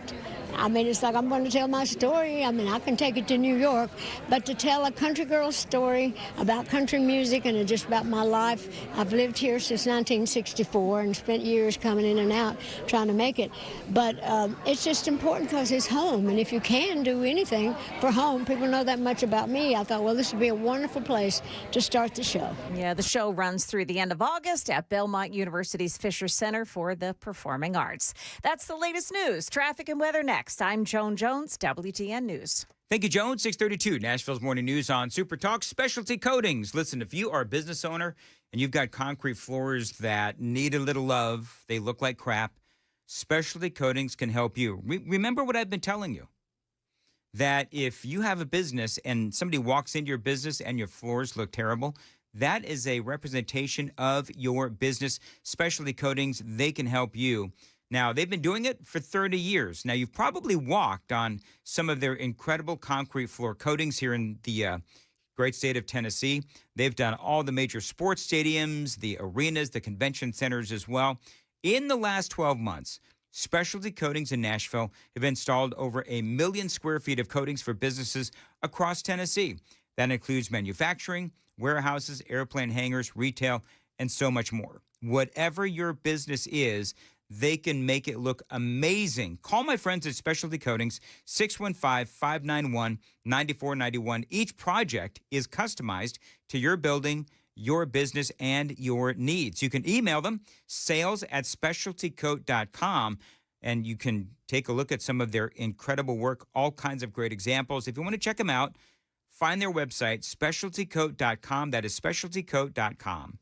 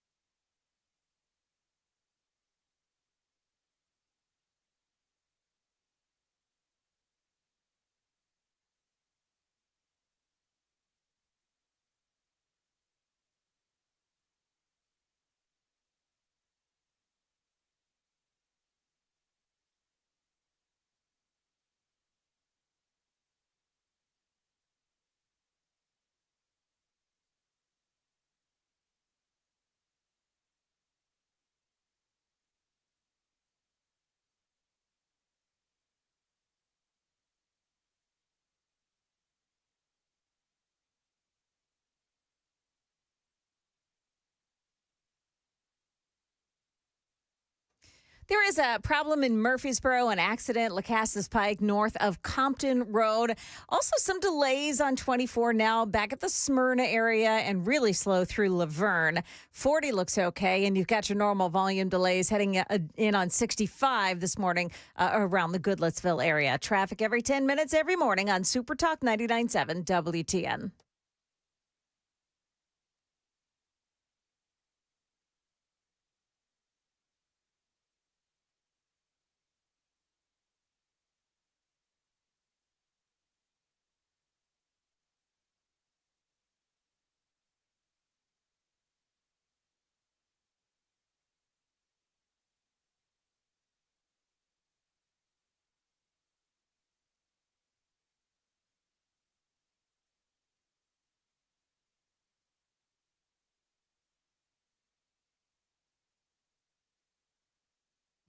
.637, Nashville's Morning News on Super Talk 89.7 WTN. I want to say good morning to Jonathan Fehee, of course, former acting director of ICE under Trump administration #1. Jonathan, always great to have you on. A couple of headlines over the weekend that I thought was fascinating and certainly within your purview. Number one, President Trump is now talking about, according to the New York Times, about using our military to go after the drug cartels. What is your first blush response to that? I think it's good on a number of fronts. I mean, one, let's take out the cartels where they are and, use every resource we have. I think the other things that are actually important as well is it's going to, again, show we're serious about this because the prior administration did nothing about it. We had, 100,000 overdose deaths per year roughly under the last administration, but it will also get these other countries that may not be cooperating with us, that might not want our military conducting activities in their countries, to be more cooperative with us in fighting the cartels as well as helping us on illegal immigration. So all of these things are going to be beneficial to the United States. So I think it's a great idea. But the main thing is it just shows there is a change of attitude in the way we're approaching things. It's always, with President Trump, putting the American citizens, public safety, public health in this case, ahead of all of these other interests. Let me ask you, Jonathan, because, you and I have actually spoken about this before. I've been talking to you for quite some time now. Does Mexico, are they trying to help in this situation? Because it feels like there's always these conversations where, Mexico and whoever the president of Mexico is at the time is talking about, working with America to try to stop the cartels from sending drugs into our country. Also, remember that Joe Biden was talking to China about stopping the ingredients of fentanyl and all that going to Mexico. That is where the fentanyl is created, and then it, of course, comes across our southern border. But, where's Mexico in all this? Are they helping this at all? My guess is I think it's a tough situation because the cartels are so powerful there. They have to walk a fine line, meaning their government. So my guess is even when they say things outwardly, we don't want the military in and things like that, they may be behind the scenes being more cooperative, but they just, it is the drug cartels are so powerful in a lot of ways. They're, because of the last 4 years, they got even more powerful because of the Biden administration. But yeah, I think there's probably some help. There's a lot of tension there because there's just so many powerful interests in Mexico that are adverse to the U.S. interest. So it's a tricky situation. I think the China situation is one of these that's actually more controllable. If China wanted to stop fentanyl from coming, or the precursors from coming into Mexico that would ultimately come into America, they could stop it on a dime. I mean, China, a totalitarian surveillance state, they know everything that's coming in and going out of their country. So they could actually do something. And I think with the President Trump's administration's a lot stronger and also willing to use the power we have against them to prevent this, which, again, the Biden administration wasn't. What do you think? You've worked in Washington, D.C., you've worked in politics, you're, high-powered attorney, all those things. What do you think the legal constraints of the president trying to do this? Do you think that the Democrats would try to stop him? I do understand that there's all, do you have to go through Congress to use the Pentagon and our military to go after the drug cartels? How do you think the Democrats would react to the president doing something like that? This is kind of an interesting one. I've been thinking about this because, yeah, they may be against it, but do they really want to put their necks out there in support of the cartels? Like, you know, do we have the lawsuit from the ACLU on behalf of the Sinaloa cartel coming our way? I don't think so, but those are some good legal questions, and the questions are, you know, you can probably do some. Can you do things maybe short-term, limited, but if it's prolonged, you need congressional approval like we've had in the past? We do have this under, you know, they've declared these cartels as foreign terrorist organizations, so that gives a little more power. But there are some interesting legal questions, and if there is a sustained military campaign, I think that those might come to play. But I think if it's limited right now, there probably won't be a lot of pushback. But again, yeah, I don't think the Democrats, I mean, they've gone totally crazy, but I almost think this might be a bridge too far, particularly if it's limited. One of the things, one of the other stories that I saw over the weekend is the Trump administration has apparently come to an agreement to buy a lot of those wall. The pieces of the wall that the Biden administration basically sold off for pennies on the dollar. Remember that whole story where we had all of these pieces of the wall that Donald Trump bought, administration number one. Biden comes in, stops the production, and you had all of these materials that were supposed to continue building the wall, and Biden sold that off for pennies on the dollar. Donald Trump has now made arrangements to buy that material back. I shudder to ask, Jonathan Fehee, how much did we pay to buy these materials back? Did we take a bath on it? What do we know? I do not know the specifics of the amount of money and how much money we lost, but inevitably, I'm sure we lost money on this. But I think the important thing is it just shows how extreme the Biden administration was on this issue when there were materials made to build a wall to protect our southern border, to protect our national security and public safety, and they sold it off because they were more committed to, you know, having an open border and, you know, the illegal immigration influx. So, you know, it does just show the difference. And I think it also shows, you know, this is almost like this is Donald Trump's wheelhouse, building stuff. You know, how do you get something for less money, build it fast? So all of these things, I think it's great that he's doing it rather than having to buy new materials and even lose more money on it. But it does show, one, we're going to build this wall. We're going to build it quickly, and it's going to hopefully stay unless the next time Democrats come into power, hopefully not for a long time, if ever, but they'll probably want to tear it down, which is really the sad thing about it. One of the things that, this is almost a daily thing, Jonathan Fehee joining us, but one of the things that is prevalent in our news these days is whether it is in Massachusetts, whether it's in California, Illinois, you name the sanctuary state, we seem to be always seeing these stories about the really, really bad guys that are out there, that are illegal aliens that have come into our country and they've been deported, come back in, deported, come back in, and so forth. The latest one, Immigration and Customs Enforcement agents arrested an illegal immigrant from Guatemala just hours after he was released by Rhode Island authorities, being charged with multiple child sex crimes and having an active ICE detainer. You know, it's one of these guys, four names, Jesus Santiago Perez Gomez, living in the U.S. illegally. It stuns me that even with all of the awareness of what is going on in America today with these guys, that you still see these local authorities, these local law enforcement, allowing these guys to just run free, knowing what they do and knowing what they're capable of. I'm going to get your opinion on that story straight ahead at 6:45. Time to check the roads on WTN.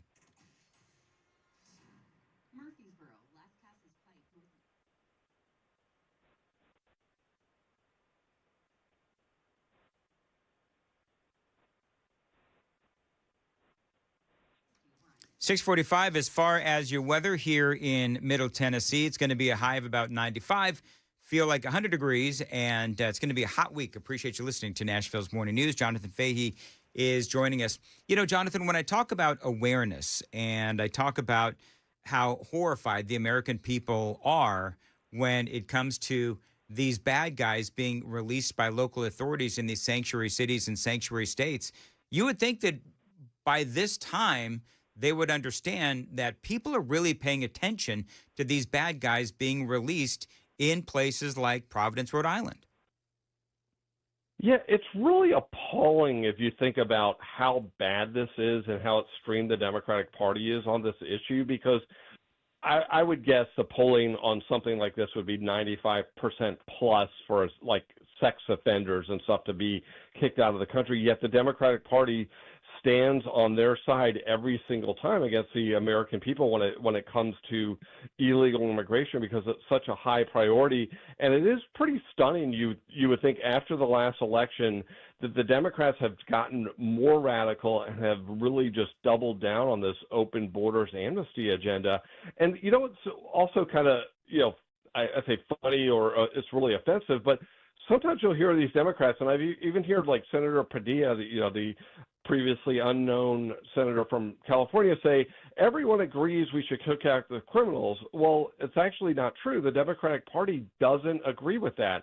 They don't want to kick out any of the criminals, and they're willing to put them back out on the streets because they believe it's politically in their interest. And we've seen this sort of get revealed even more recently with the issue in Texas with the redistricting as to why the Democrats want illegal aliens in their district. It gives them additional congressional power. But it's just so incredibly cynical that they put their own political interests ahead of public safety, particularly with things like sex offenders and other violent criminals. It really is disgusting if you think about it. All right, Jonathan Fehee, always great to have you on. And people can follow you on Twitter, John for Fairfax on X. Is it H-N? Jon. Jon for FOR Fairfax on X. Do I get that right? Can we incentivize people to follow me? Maybe you could agree to free pizza party or a sure discount on a roof estimate, or Taylor Swift to play at their kid's birthday party. I assure you, this audience does not want Taylor Swift playing at their kid. Van Halen, maybe. Yeah, Van Halen. Van Halen at the birthday party, maybe, although that might be kind of difficult. Anyway, find Jonathan Fehee on X. And you also, by the way, have clearly not seen our budget. We have room for nothing. But if you really want to find Jonathan on Facebook or X, you can follow me on X, and Jonathan and I follow each other. He needs to get an easier, I don't know what it is, Joan.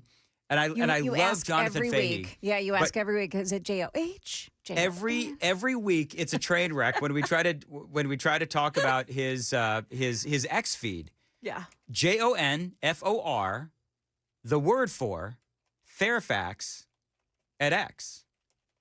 But he needs to figure out a way to make it like just easier. I like his idea of incentivizing. What would it take to What would it take for you to follow Jonathan Fehee on X? Joan, you go first. I follow him already. It doesn't matter. Oh, too bad. All right, very good. Sorry. Would you actually want Taylor Swift to play at your? No. Okay. Only if I get to openly criticize her. There you go. You know, you can start critiquing her performance. You know, that note was a little flat, or maybe in her case, a little sharp. More like the lyric choice, you know. With a clipboard, writing it down. Exactly. Yeah, I like that. With the ghost of Jim Croce next to me. Sure. I would be like Huey Lewis in Back to the Future with the clipboard, the glasses, and everything. Yeah. Or we could be like the East German judge and hold up, a 4. Yeah, that's exactly like the right. Olympics, That's what we could do. Yeah. If there was one band that you could actually have play at your birthday party, for Jeff Spicoli, it was Van Halen. Mm-hmm. Joan, who would you want? In all seriousness, what's the one band that you would want to play at your birthday party? I've got mine. Who? You know what? I'm going to give us some time to think about it. Good. So when we come back, and I want the super texters to chime in too. If you could have one band, do they have to be alive or dead? Joan, does it matter? No. You can choose someone who's dead, sure. So you can choose someone who's dead. Just give us a band. What's the one band you would like to play at your own birthday party? I've got mine, and believe it or not, people, it's not Journey. Believe it or not, it's not Journey. Okay. All right, and let us know at 615-737-9986. Super text line is open, and Joan has the news at 7 o'clock. Joan. Yeah, we'll tell you who's not invited when President Trump meets with Russia's president this week. Coming up here at 7 o'clock on Super Talk 99.7 WTN.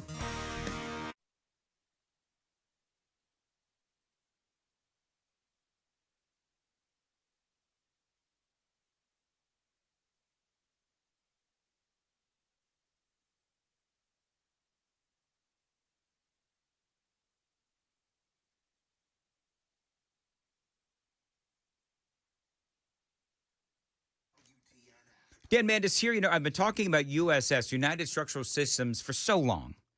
And the reason being is because I'm an actual customer. I love what they do. They are experts in so many things: waterproofing, concrete leveling, foundation repair, to name just a few. And this is a great company. Yes, they have helped me several times with my home. That is why I proudly endorse United Structural Systems. I am one of 30,000 satisfied customers. Listen to this recent review on Google. Guy says at USS, they were highly professional. The crew was phenomenal from start to finish. They treated his home as if they were working on their own. And he does give USS 5 stars all the way. Now, they're not going to charge you for any unnecessary repairs. You will not pay a dime until the work is done and you're a satisfied customer. They can help you with basement and crawl space waterproofing, basement wall stabilization, foundation repair. Again, to name just a few. We guarantee our best. Call USS at 615-488-7855, 615-488-7855, USSTN.com.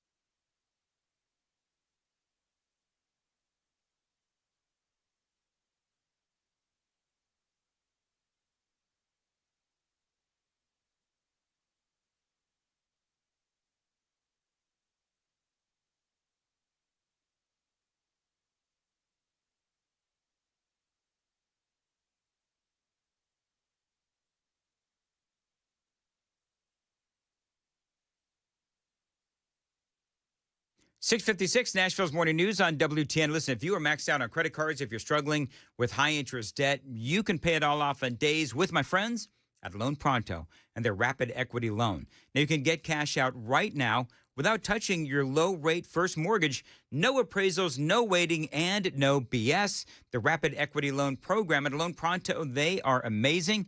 One client just got $300,000 approved in under 24 hours. They paid off debt, they renovated their kitchen, and they cut their monthly expenses by $1,800. That is a huge turnaround. Loan Pronto, instant approvals, low rates, and no hard credit pull up front. Call them, tell them Dan told you to reach out at 615-499-5780, 615-499-5780. You can find them online anytime to get started. LoanPronto.com, equal housing lender, NMLS 166-1781, on approved credit, NMLS consumeraccess.org.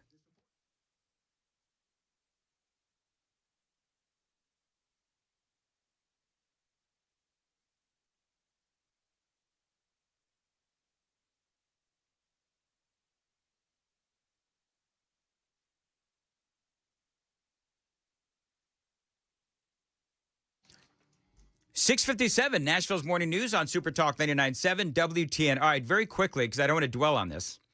But if you could have one band, living or dead, play at your birthday party, this just came up, very quickly on my tail end of the interview with Jonathan Fehee. Who would you want? We got a lot of people on the Super Text line saying Rush, the band Rush. You also have people saying Valerie, my friend Valerie says Keith Urban, all day long. You know who mine is? Who? I'll go first. Morgan Wallen. I did not see that coming. Are you going to throw a chair off the roof?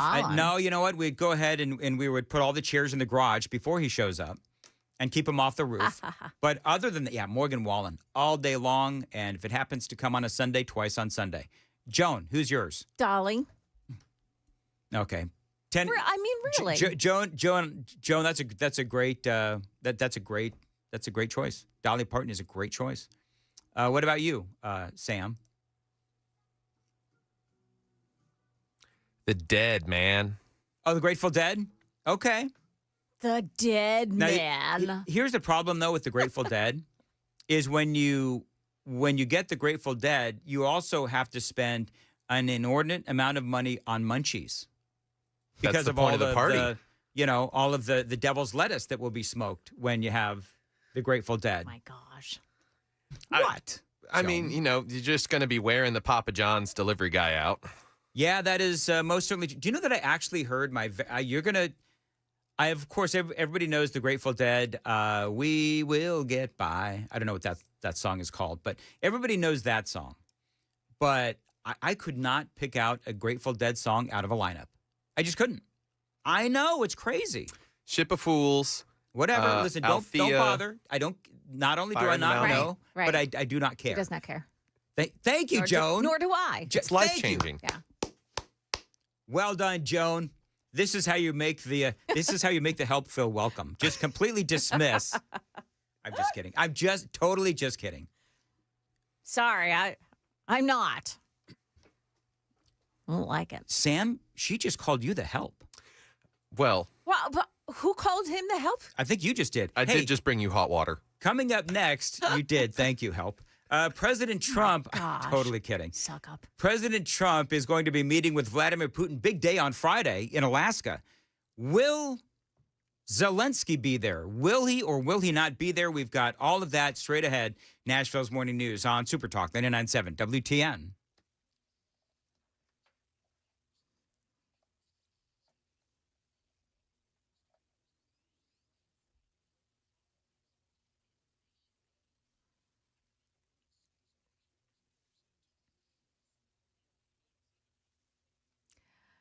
Good morning, 7 o'clock, and I'm Joan Jones with your top stories. It is sticky issues that'll face President Trump on Friday as he meets with Russia's Vladimir Putin.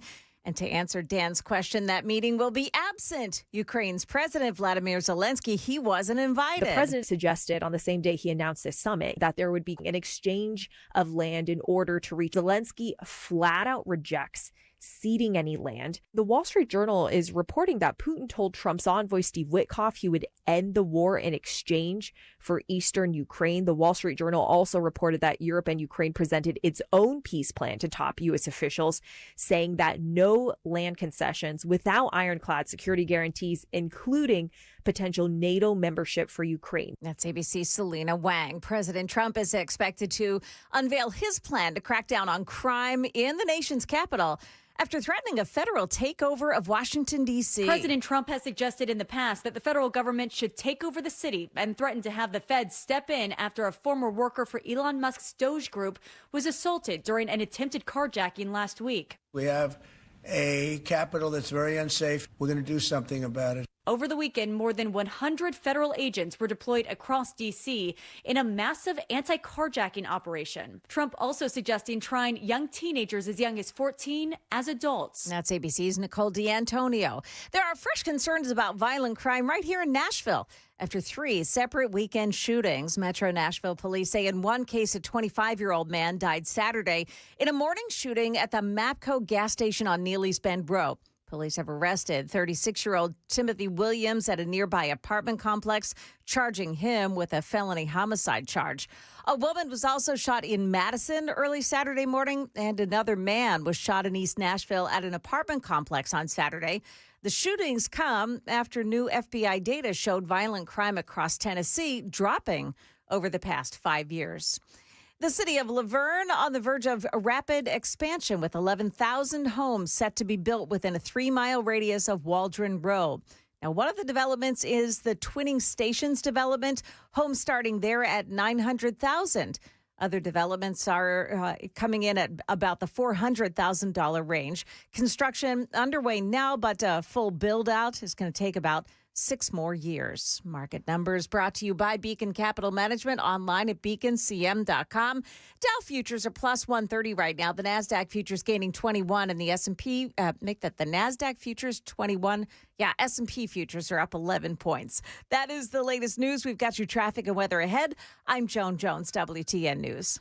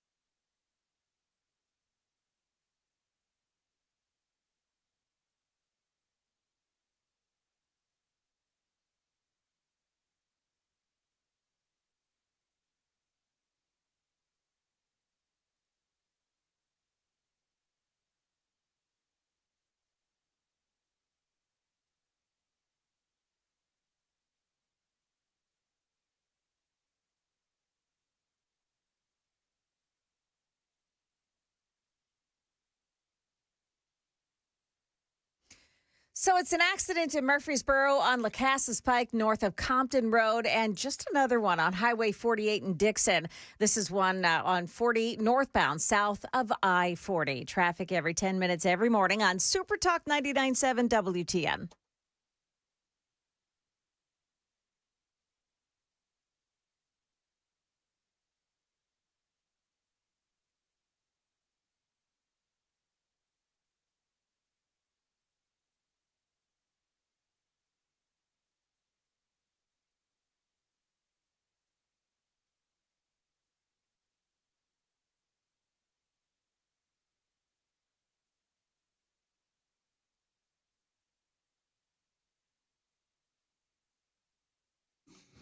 7:05, Nashville's Morning News on Super Talk 99.7 WTN. Good morning to you, friends. It is a very, very big week for Donald Trump. He is going to be meeting with Vladimir Putin. That is going to happen on Friday. The big question is, will Vladimir Zelensky be invited? Now, the problem is that Ukraine and Zelensky still insist that they are not going to give up 1 square inch of territory. Now, both sides obviously have issues that they say are non-negotiable. Ukraine, of course, being that they will not give up any territory. Russia also will not give up any of the territory that they have conquered. And Russia wants a say in the running of Ukraine, and they want Zelensky out of office. So I got to tell you, I just, for the life of me, need some audio. I, for the life of me, do not know how they're going to figure all this out, because both sides they have their non-negotiables, and they are truly non-negotiables. Like, I don't think that they're just saying this. They truly do have non-negotiables. Europe, of course, is all over this meeting because they want Zelensky in the meetings. But as far as I can tell, and Joan, I think that you were reporting in the news today, Zelensky isn't invited, correct? But they're trying to decide whether or not they will invite Vladimir Zelensky. He's basically saying, and he put out a video over the weekend, there's no way, he says, there's no way that he's going to give up any Ukrainian land. This is what J.D. Vance had to say on Fox News over the weekend. This is a major breakthrough for American diplomacy. If you go back, this war's been going on for over 3 years at this point, well over 1 million Russians and Ukrainian dead soldiers. And as the president says, the numbers are probably much higher than the official tally indicates. There has been no substantial breakthrough. And for 6 months, the president himself, he's asked me, he's asked Secretary Rubio, of course, Steve Witkoff, we have been aggressively working, trying to break the logjam. One of the most important logjams is that Vladimir Putin said that he would never sit down with Zelensky, the head of Ukraine, and the president has now got that to change. We're at a point now where we're now trying to figure out, frankly, scheduling and things like that around when these three leaders could sit down and discuss an end to this conflict. So the big question is whether or not Zelensky shows up or is invited is anybody's guess. Again, Europe and Zelensky, they want Zelensky to be there, but the problem is severalfold. Number one, if Zelensky is there, he is going to serve really as a poison pill, because what he's going to do, he is going to balk at every single negotiating point. If he's not there, well, then there's really no point in having the talks, because Donald Trump and Vladimir Putin, they can negotiate and they may come to an agreement, but that doesn't mean that Zelensky is going to agree to any of it. And it's the same with Vladimir Putin. If Putin is not there and Trump comes to terms with Zelensky, well, Putin won't agree to it. In other words, I believe all three do need to sit down. They do need to discuss. J.D. Vance, of course, he was talking about this, and he says that under these negotiations, nobody is going to come out of this happy. Now, what do I think is ultimately going to come out of this? Look, it's actually very simple. If you take where the current line of contact between Russia and Ukraine is, we're going to try to find some negotiated settlement that the Ukrainians and the Russians can live with, where they can live in relative peace, where the killing stops. It's not going to make anybody super happy. Both the Russians and the Ukrainians probably at the end of the day are going to be unhappy with it. But I don't think you can actually sit down and have this negotiation absent the leadership of Donald J. Trump. And the president said this to me today privately, said, look, maybe this works out, maybe it doesn't, but it's worth the effort. It's worth trying. And we're going to keep on using the diplomatic influence of the President of the United States to accomplish an end to this conflict. So the question is, will Donald Trump be able to work his magic yet again? You know, some estimates are that nearly 1.5 million people have been killed in this war. 1.5 million. Zelensky is indeed getting desperate because he does not have the people to keep this war up. I mean, he just doesn't. There are videos, of course, and accusations that Zelensky is basically kidnapping men off the street in Ukraine to go fight. And polling in Ukraine does show that they simply want this war to end. They're growing hateful and weary of Zelensky and the war. And he's viewed as not being able to stop the war. Vladimir Putin, obviously, he's got a lot of issues domestically as well. So I think both sides know what they want to do. The problem, though, is that neither side is willing to give an inch. But clearly, and J.D. Vance talks about this with Maria Bartiromo, he talks about how this does need to get done. This is something where the president needs to force President Putin and President Zelensky really to sit down to figure out their differences. We, of course, condemn the invasion that happened. We don't like that this is where things are, but you've got to make peace here. And the only way to make peace is to sit down and talk. You can't finger point. You can't, wag your finger at somebody and say, you're wrong, we're right. The way to peace is to have a decisive leader sit down and force people to come together. Well, and I guess the question is, what makes a decisive leader? If neither one of these guys, Vladimir Putin or Zelensky, is willing to give, then I don't know what they do. And there was that episode, you remember this, Sam, you were telling me about this. A woman actually walked into a police station in Ukraine? Yeah. There was a explosion reported at the Odessa Oblast back in March, where she claimed that her son had been arrested for conscription and forced into military service. And this was the retaliation as a result of it. She walked in and she blew herself up in the middle of the police station because her son was basically, as I was talking about earlier, was pulled off the street and told, you're going to go fight in Ukraine. I mean, I'm telling you, those stories are all over the place. That's horrible. Zelensky, very latest here. Zelensky has apparently convinced NATO and European nations that they need to support him and his goals and not the goals of Vladimir Putin and Donald Trump. So the concern here, of course, Joan, is that Donald Trump and Vladimir Putin, they're going to come to some sort of an agreement, and that agreement will attempt to be forced on Ukraine without Vladimir Zelensky's input. Russia right now, do you know how much land Russia holds of Ukraine? About 1/5 of Ukraine. Remember that Russia wants some control over the politics in Ukraine. And again, Putin wants Zelensky out. And so all of these things are a non-starter for Zelensky and more than likely a non-starter for NATO as well. I think the reason that we reached this decisive moment, a real change in where we were, is because the president was willing to apply some significant pressure and actually say, if you don't come to the table, the American people, we're not going to get involved in this war directly, but we have a lot of economic points of leverage, and we're willing to use those to bring about peace. And that was a big thing that happened. Well, remember, that's how Donald Trump has solved 7 conflicts around the world. You've got India and Pakistan, Israel and Iran, Rwanda and Congo. Some of these I had no idea that they were even fighting. Thailand and Cambodia, Serbia and Kosovo, Egypt and Ethiopia, Armenia and Azerbaijan. And that is obviously all Donald Trump and Marco Rubio. And I think that's one of the reasons why a lot of people are saying that Marco Rubio could be a presidential contender in the next election, because J.D. Vance is doing really well, and he's great, but Marco Rubio really getting his hands dirty in the foreign policy area.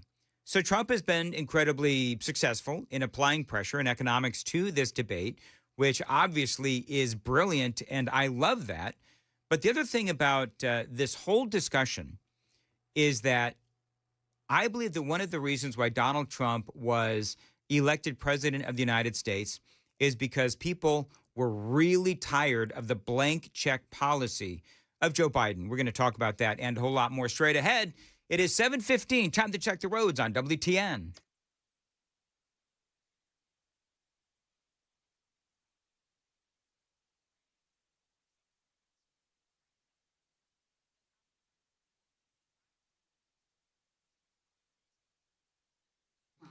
No, Sam, that is 7 peace deals for Donald Trump. 7 peace deals, no Nobel Peace Prize nomination, but Obama got one for no peace deals. Well, remember though, I asked, was it Stephen Bucci last week? I forget which one it was, but last Carafano. week, James Carafano, when I asked him about Trump getting the Nobel Peace Prize, and Carafano, you could hear the contempt in his voice.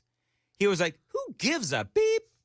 Nobody cares. I mean, honestly, and he brings up a great point, which is, nobody gives a crap about what the Nobel Peace Prize people think, because they made themselves irrelevant when, as we've all said, and you just mentioned, they gave Obama the Nobel Peace Prize for literally doing nothing. For being the first black president in American history. Yeah. So it was just, it was lame. It was lame. And as Carafano said, the Nobel Peace Prize people, they made themselves irrelevant, and Trump is actually just tired of the dying.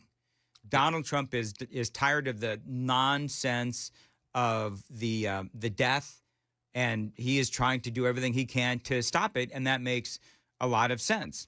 But I think that for the president, he did campaign on trying to stop this war. And no, he didn't stop it in the first 24 hours. However, that doesn't mean that he's giving up. But the blank check policy of Joe Biden is one that, I mean, we all talked about. I interviewed Senator Bill Hagerty about this many times. Donald Trump is changing all of that, as you know, because what the president is doing is he is saying, you know what, Ukraine, you know what, NATO, if you want us involved, we're going to stop funding this war, because it just doesn't make any sense to keep funding it, especially when neither side seems to really want to negotiate to see this end. And so what did we do?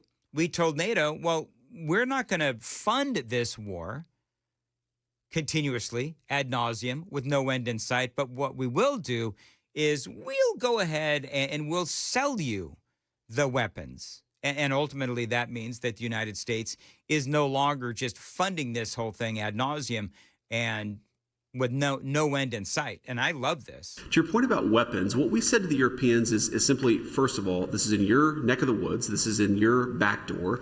You guys have got to step up and take a bigger role in this thing. And if you care so much about this conflict, you should be willing to play a more direct and a more substantial way in funding this war yourself. I think the president, and I certainly think that America, we're done with the funding of the Ukraine war business. We want to bring about a peaceful settlement to this thing. We want to stop the killing. But Americans, I think, are sick of continuing to send their money, their tax dollars to this particular conflict. But if the Europeans want to step up and actually buy the weapons from American producers, we're okay with that, but we're not going to fund it ourselves anymore. I love that. Now, we gave Ukraine, Joe Biden, $63.5 billion in aid and weapons. And obviously, that needs to stop. And one of the things that Donald Trump said a lot on the campaign trail is, you know, these other countries that gave Ukraine money, it was a loan with interest. But with us, we just blank check policy, blank check foreign policy, $63.5 billion. And it wasn't something where we sold it to anyone. We just gave it.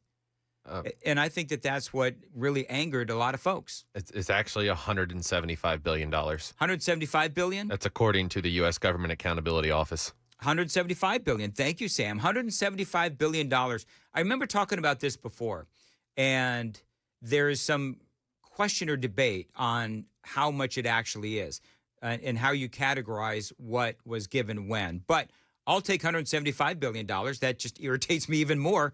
And that means that I love what Donald Trump is doing even more.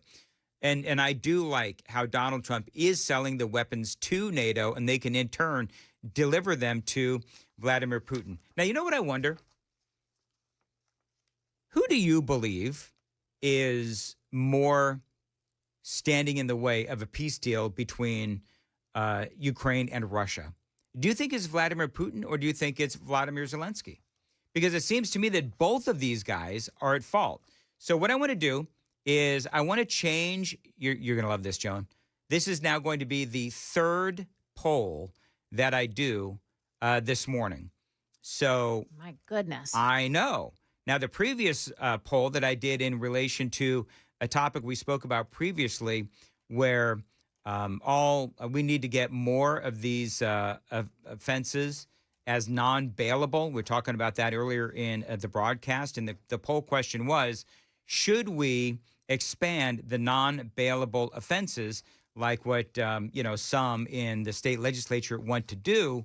And what was the final of that poll? That was a 90-10. 90% say yes, increase the list. Absolutely. Okay, so the new poll is going to be, Who do you believe is standing in the way of peace between Ukraine and Russia? Is it Vladimir Putin or is it Vladimir Zelensky? That's what I put. Which Vladimir is more of a roadblock to peace? Very good, Sam. And so if you want to go check us out on YouTube, watch us in the morning. Every morning, we're here, Monday through Friday, 5 to 9. And you can watch us do the radio show. And you can watch us on YouTube, Facebook, Rumble, X, 997WTN.com. You can listen to us anywhere you want to stream. Listen to us on the radio, 99.7, on your FM dial. And I prefer YouTube because you can go and you can take the Daily Dan poll. And YouTube is, just to be perfectly candid, a lot easier to navigate. It is 7:21 on Nashville's Morning News. Sorry, a little loud. A little loud, Joan. That's you, Dan. No, Just a little loud. I'm blaming the help. I'm blaming Sam. There he is. It's the help again. It's the help again. Yeah. Sam, you know I'm kidding. I'll pull your audio down, Dan. I know. Yeah, we won't be doing that. All right. Joan, what's coming up in the news at 7:30? Yeah, the proposal to change Tennessee's constitution. We'll tell you what that's all about. And why an East Tennessee man shot a black bear to death this weekend. We've got that and more at 7:30 here on Super Talk 99.7 WTN.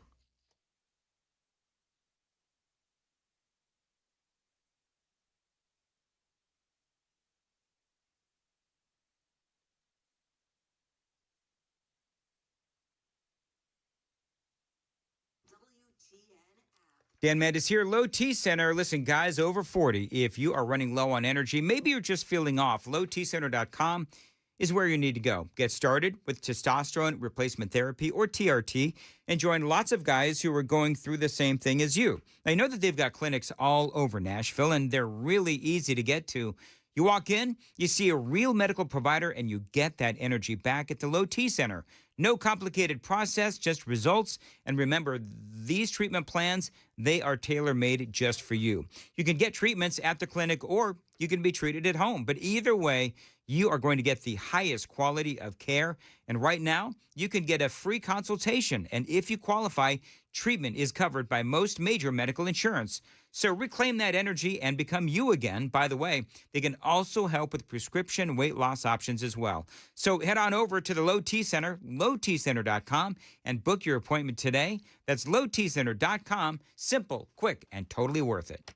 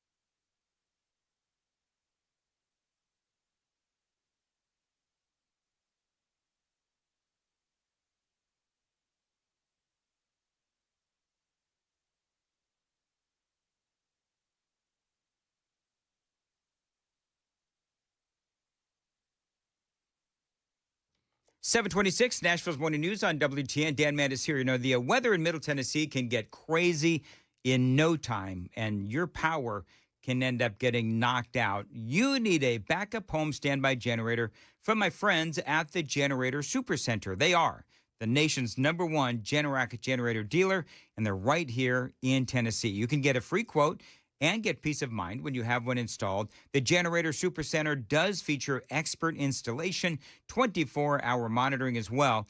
They're not going to leave you in the dark. So when the power's out in your neighborhood, your power is going to be on thanks to the Generator Supercenter. So call them. Financing is available. 615-879-1952. Tell them Dan told you to reach out. 615-879-1952. Generator Supercenter of Nashville.com.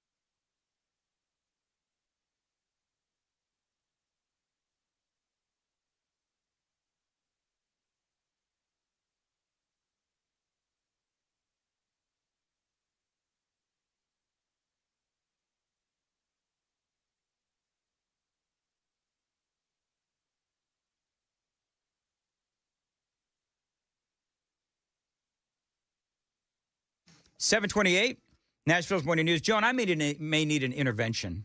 Oh, why? So I'm debating whether or not I should make a joke to Congressman Tim Burchett. You know, he got kicked by a horse. Yeah. And I'm thinking about trying to come up with some sort of a joke about the fact that, are you sure that it wasn't a donkey that kicked you? Because, you know, donkeys are like the symbol of Democrats. So, but I'm trying to come up with a joke, and I don't know if I should, because it might be too soon for him, because he was really hurt. So I don't know if it's too soon. Listen, he went to the hospital but came home the same day. So, you know. That's true. Almost knocked him unconscious. Yes. So, but I'm trying to come up with a joke. Yeah. If I know anything about the people of Tennessee, they have good humor with this kind of a thing. But really, ever been kicked by a horse? Yes. I grew up going to horse camps. You've been kicked by a horse? Yes. Square in the ribs. But when you're a kid, you're very pliable and rubbery, so it doesn't really knock the wind out of me for 5 minutes. So I'm trying to think of a joke to say to Tim Burchett. So we had some assistance here, AI generated. But are you sure it was a horse that kicked you? Sounds more like a Democrat donkey. They only lash out when they're losing the argument. Okay, I could do that, Joan. That's a funny joke. You got another one? You say you got kicked by a horse, but are you sure it wasn't a donkey? Because it sounds like the Democrats finally hit back. All right, so do you think, Congressman Burchett, who's known for a sense of humor, Joan? Yes, he is. Do you think he would appreciate, should I do the joke or shouldn't I? I think you have to, try. You think I should do it? Yeah. Sam, do you think I should do this? Yeah, I just thought of one myself. Are you sure your horse wasn't jealous that you didn't make him a longboard? Oh. You could have played the crickets there. Yeah. That was bad. That's worse than any joke I've ever told. And that's saying something. The boring joke lives rent-free in my head. We got to go. 7:30 on WTN.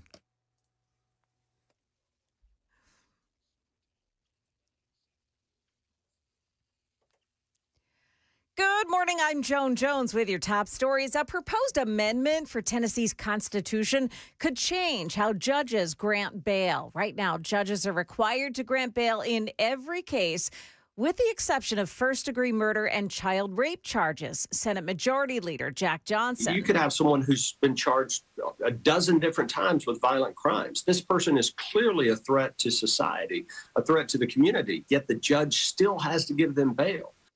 Yeah, a call for changes comes after Austin Drummond was captured and charged with the murder of 4 family members last week. At the time of those murders, Drummond was out on bond after being charged with attempted murder in a separate case. Next year, Tennesseans will vote on an amendment that allows judges to deny bail to defendants charged with other violent crimes. In Sevierville, a black bear was shot and killed yesterday after a homeowner said that bear broke into his home. Happened about 1:30 in the afternoon. The owner said the bear was in his kitchen, and once he was able to get it out the door, he shot it with a shotgun. The man also said that the same bear broke into an outbuilding on his property recently. A Tennessee wildlife resource officer investigated and determined that no violations had occurred. And if you like your UFC fights, hope you've got a subscription for Paramount Plus. The company just bought the U.S. rights to UFC from ESPN for $7.7 billion. ESPN used a pay-per-view model, but Paramount says UFC fights will be included in the Paramount Plus subscription. That is the latest news. Traffic and weather next. I'm Joan Jones, WTN News. Thank you, Joan. 732, Nashville's Morning News on WTN. Dan Matt here for Contours. Listen, we still got, I think, probably about a month and a half, 6-7 weeks at least of swimming pool weather. And if you're not feeling as confident as you'd like in your bathing suit, Contours, they can help you, my friends, with a belly buster special. Now, for just $99, you can get that belly buster special from Contours and lose a couple of inches in the middle. I go, Chad Benson goes as well, and lots of other people that listen to WTN have also taken advantage of Contours' red light technology. It's not only incredibly unique, but it is also cutting edge and effective. And right now, for the first 10 callers, you can get that belly buster special from Contours. That phone number right now, again, first 10 callers, 615-236-9960, 615-236-9960. They can help you, again, lose a couple of inches in the middle. Take advantage of this special offer right now and take advantage of that red light technology. It is incredibly unique. It is effective. And yes, it is cutting edge. They are using it perfectly. If you've never heard of this red light technology, go to their website, do some research, and then you call my friends at Contours, 615-236-9960, 615-236-9960. That website, ContoursLLC.com. That's ContoursLLC.com.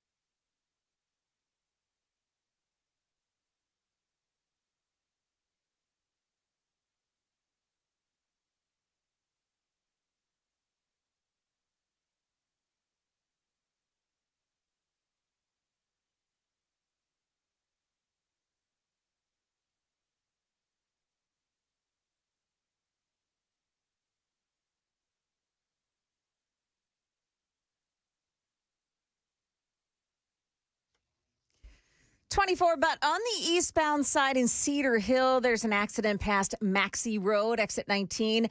Madison, a crash at Old Hickory Boulevard, eastbound side at Graycroft Avenue, and an accident as well in North Nashville. This is at Rosa Parks Boulevard, southbound at I-65. Traffic every 10 minutes, every morning on Super Talk 99.7 WTN.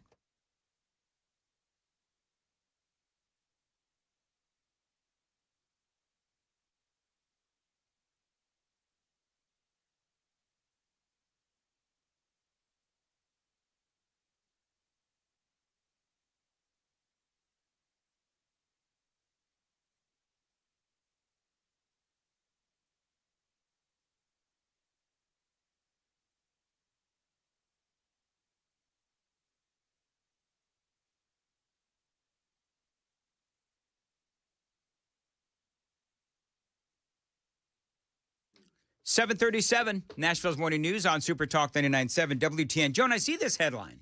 Yeah. And you've been reporting on it.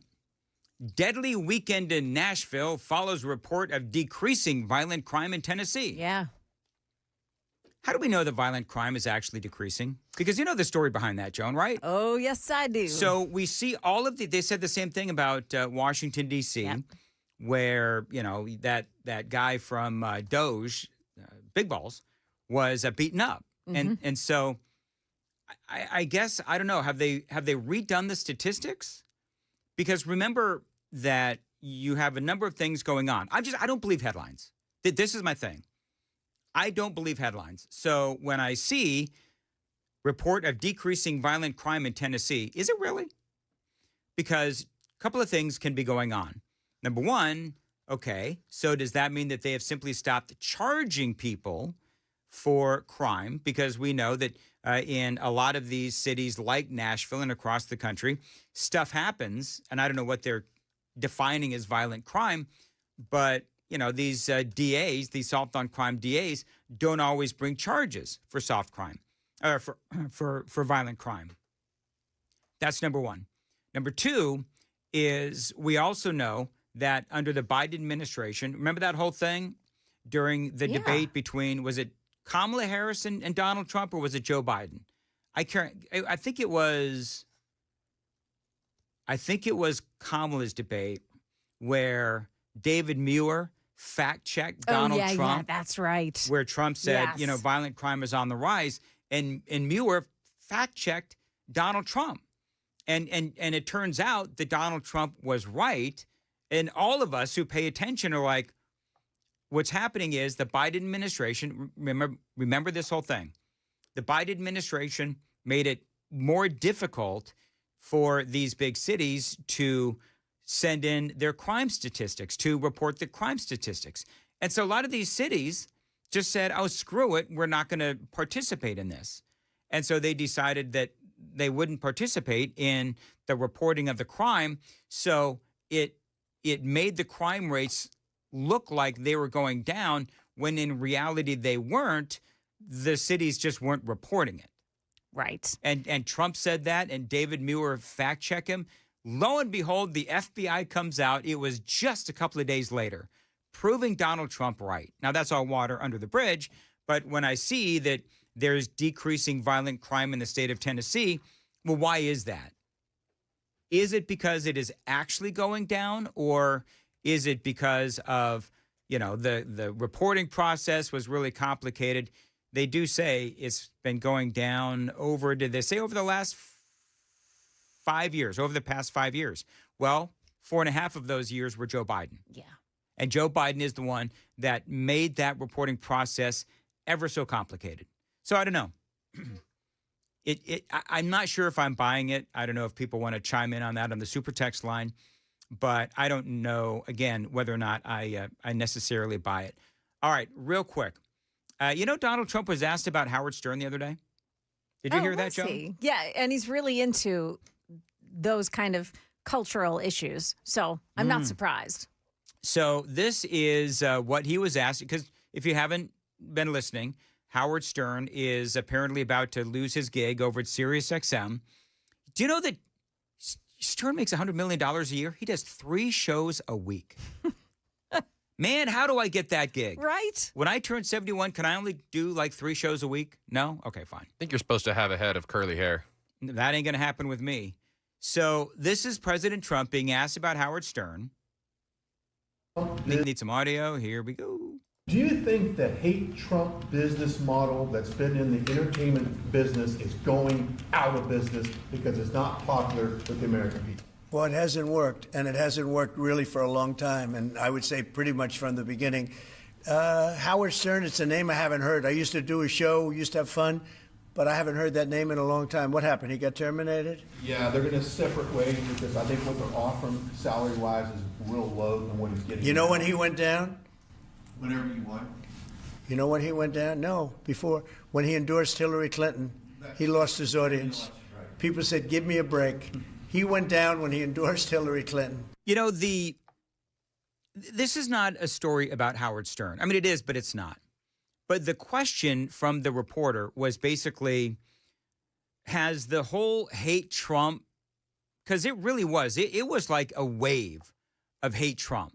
And whether we're talking about Stephen Colbert, it was like a business model. Stephen Colbert, you got now Howard Trump, Rosie O'Donnell had to move all the way to Ireland for the love of Pete. And so I just, personally, I think that the whole hate Trump movement is dead. And I just think that the American people are like over it. Now, I haven't seen, because I don't follow sports, but I think, no, college football has not started up again, has it? Somebody help me. We're coming in close. Are we coming in close? Yeah. So do you think we're going to see the whole, Trump, like pro-Trump movement in the college football stadiums like we saw in years past? Because in years past, remember the FJBs? Yeah. Or what was it? Let's go Brandon. Let's go Brandon. Remember that whole thing? Yeah. It was crazy. I think we'll see very pro-Trump, especially in the SEC. When he went to the Georgia-Bama game, people were losing their minds seeing him up on the Jumbotron. And it's just to be personable, be out in public. People love it. And this is why I don't believe the headlines. Speaking of not believing headlines, I also don't believe that when the headlines say that Donald Trump is losing support. I know. I don't believe that he is. Agree with that 1,000%. I read those headlines and I'm like, with whom? And who are you asking? Well, you and I both know, Joan, push polls, right? You and I both know that yes. they can set any narrative they want. And that's what they're trying to do. And that's all fine, but they're going to end up looking stupid again. So I went back because I remembered what you had mentioned, Joan, when we talked about how Stern was going to lose his show. And I think that it was all obviously based on the negative things that Howard Stern has said about Donald Trump and mainly about conservatives. I want to play this for you. Are we in delay? Make sure that we're in delay, if you would. So this was Stern talking about Donald Trump and Donald Trump supporters, and everybody who is an expert says this is why Howard Stern lost. Because if you look at the numbers, I saw some numbers over the weekend. He's lost like at least a third of his audience, Howard Stern, a third of his audience. So this is what happened. This is what he said. The people Trump despises most love him the most. The people who are voting for Trump, he despises you. And I don't hate Donald. I hate you for voting for him. I hate you for voting for him, for not having an intelligence. I hate you. I don't want you here. I want to build a wall and throw you the out. There you go. All right, I believed it. I wasn't sure if I believed it. My goodness. So, I mean, who does that? I mean, Howard Stern, obviously. But I think that Sirius came out and they said that when he went political, because remember, he wasn't political. When he went political, he lost so much of his audience. And you know what it's like? It's like if I suddenly started talking about whatever, let's say I spent an hour, Joan, talking about like what band would I like to play at my birthday party, which we did for like literally 2 minutes on the morning show here earlier on the broadcast. If I did that for an entire hour and I did that kind of topic all throughout the morning show, when people are used to me, bringing relevant topics and issues of the day and, interviews and all that kind of stuff, and then suddenly I just started doing stupidity, well, people would tune out. Mm-hmm. And so that's what happened with Howard Stern. And so he completely morphed, he completely changed. And so, again, not to belabor the point, but if you're talking about Stephen Colbert or you're talking about Howard Stern, I think this hate Stern kind of, or hate Donald Trump, I should say, hate Donald Trump narrative, I think it's killing these people. Do you think that anybody in their right mind would cast Rosie O'Donnell in a movie right now? No. She is a loon, and she's out there talking to squirrels in Ireland. And I think that this is all part of the conversation where it's just not a good business model. And that's why I love that Sydney Sweeney, and we were talking about this earlier, word is, rumors are that she may end up getting a $10 million endorsement deal from Bud Light after their catastrophically stupid Dylan Mulvaney ad that they did a couple of years ago. They still apparently have not recovered. So I cannot tell you how exciting it is to, just see normalcy in the world again. And if people like Howard Stern, if people like Stephen Colbert, if they insist, it's one thing to be a Democrat. And if you're a Democrat, fine. I mean, I don't have a problem if you're a Democrat. But when you start going down that kind of a road, so incredibly hateful, you're free to your freedom of speech. But you know what? If you do that kind of stuff, then there will be consequences. There will be repercussions. And they found it. All right, it is 7:47, 7:46 on WTN. Time to, I'm sorry. Doggone it. What is wrong with my mind these days? Well, I don't know what's jumbled. I keep doing it now where I try to throw it the news tease, and it's actually just traffic time. So, Joan, what's happening with the traffic? Yes, with the traffic. Help me, for the love of Pete. You want me to do traffic? Please, do traffic. So we're looking at a crash in Cedar Hill on 24 eastbound. It's past Maxey Road. Madison, Old Hickory Boulevard eastbound. That's a crash at Graycroft Avenue. And on Rosa Parks Boulevard in the southbound lanes, North Nashville, you've got a crash right at I-65. Traffic every 10 minutes every morning on Super Talk 99.7 WTN. All right, as far as your weather goes, 95 going to feel like 100. By the way, rain the rest of the week. Have you seen that? Rain the rest of this week. Thank goodness. I know, right? So anyway, we'll continue to follow the weather and all other things. Do you know, by the way, just real quick, because I don't know if anybody actually cares about Howard Stern, but I'm trying to make a bigger, broader point about the division in America and how the intolerant the American people are really no longer tolerating the intolerant. Mm-hmm. That's what's going on. Did you see The View is getting checked for their bias? Are they? Yes, they are. They are now going to be going back over the footage and checking to see if there's a liberal-leaning bias. Why on the in show. God's green earth would you have to go through footage? Obviously, they said are. They had to do. That's what they said they had to do. How would you like to be that guy that has to go through all the past episodes of The View? I'm just going to say I did it. That's what I would do. Why would you waste your time? Put your time in for the week, guy, and just, admit that I there's guess my liberal bias. question is, to what end? And by the way, I don't know if you've seen these, Joan. Almost every day now, there is a fake headline that The View has been canceled. Have you seen that? I know. I sent it to you. You did. I know. I was spreading fake news. Fake news, Yeah. Jones. So sorry. Oh, it's okay. But I fell for it. You get excited. Like, ooh, it's really happening. Friends, The View is not going to get canceled. Yeah. I promise you The View is not going to get They're canceled. on hiatus. They take a hiatus every summer. Yep. And I think that's what's happening right now. That is what's happening. Yeah. And, for me, they make too much money and their ratings are too high. To what end, though? I guess my question, Sam, would be, why would they be checking The View for bias? Like, why? Well, they're doing like an in-house, like, looking at what's happened to Colbert, looking at what's happening to Howard Stern. They don't want that to happen to them. So I guess they're trying to reset course on how they approach their blubbering about news, because they're not reporting anything. They're just giving brain-dead opinions. The problem, brain dead, yeah, that is true. When they give their opinions, oftentimes it is so mired in falsehoods and a lacking of common sense. Here's the same with Howard Stern. I mean, do you remember when Howard Stern, and I guess I'm going to go on and on about this. Do you remember when Stern had Joe Biden on, Joan? Yeah. I don't remember if you were working with, you weren't.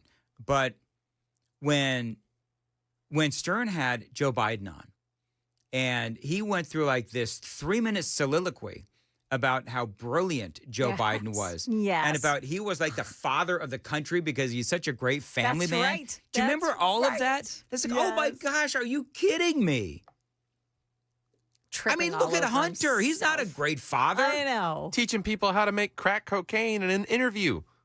So the bottom line is that Stern went way loony left. I mean, loony left. But even if he was loony left, okay, that's fine. But don't tell people to not listen to your show based on their political opinions. It is just crazy. We here at WTN, we welcome all of the hate listeners. Not all of the hate mail, though. You know what? We could always do a hate mail follow-up. If you missed it over the weekend, Chris Hand and I on Mostly Peaceful with Dan and Chris, we read hate mail that I've received over the years. Some of it people are actually telling me, including Chris, telling me that I really should contact law enforcement because some of the things that I get are so incredibly vitriolic. But you know what the crazy thing is, Joan? I know that those people that sent me that hate mail, I know that they are listening right now. Oh. I know that they are listening right now. And they're just, if you want to go on your keyboard and it makes you feel better to type out all of the nasty things that you say about me, you know what? I hope I make you feel better. Okay, now it is time for the news tease, right? Now is the time. I will do whatever you would like. Within limits.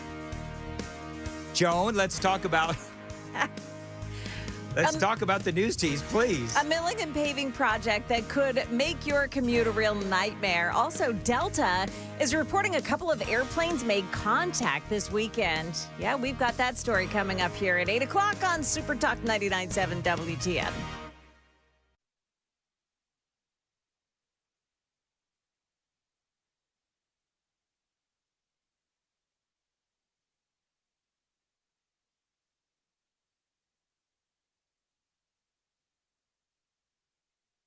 I remember Tim Burchett, Congressman Tim Burchett, is going to join us after the news at 8 here on Super Talk 99.7. Joan, I'm still undecided on whether or not I'm going to try that horse donkey joke. You've got to, Dan. You have to. I'm a little nervous, though, because I'm not the best at telling jokes. Well, I think if Congressman Burchett knows anything about you, he already suspects that. All right, we'll have to wait and see. I don't know. I'm a little nervous. Your Anyway. reputation goes before you. Wow. Yeah. Zintex, your bathroom is one of the biggest selling points when it comes to getting your home sold. And my friends at Zintex, they can help you with a huge upgrade and a special price and offer just for my listeners. Now, you can upgrade your bathtub into a walk-in shower with grab bars and a bench seat from Zintex. This can help the older folks in your life. And a bathtub redesign can make your bathroom look spectacular, and that always helps in resale. Now, a little bit about Zintex. They are impressive, family-owned and operated for 25 years. Last year, they were voted as one of the best places to work in the construction industry, and that is why I put my trust behind Zintex. Now, your work is going to be done in a day or less, and right now, a great offer for my listeners. You mentioned WTN, you get a free Kohler toilet. And get $999 off your bathroom project or enjoy no interest for 2 years, whichever works best for you. It's what I love about Zintex. Check them out online, Zintex, Zintex.com.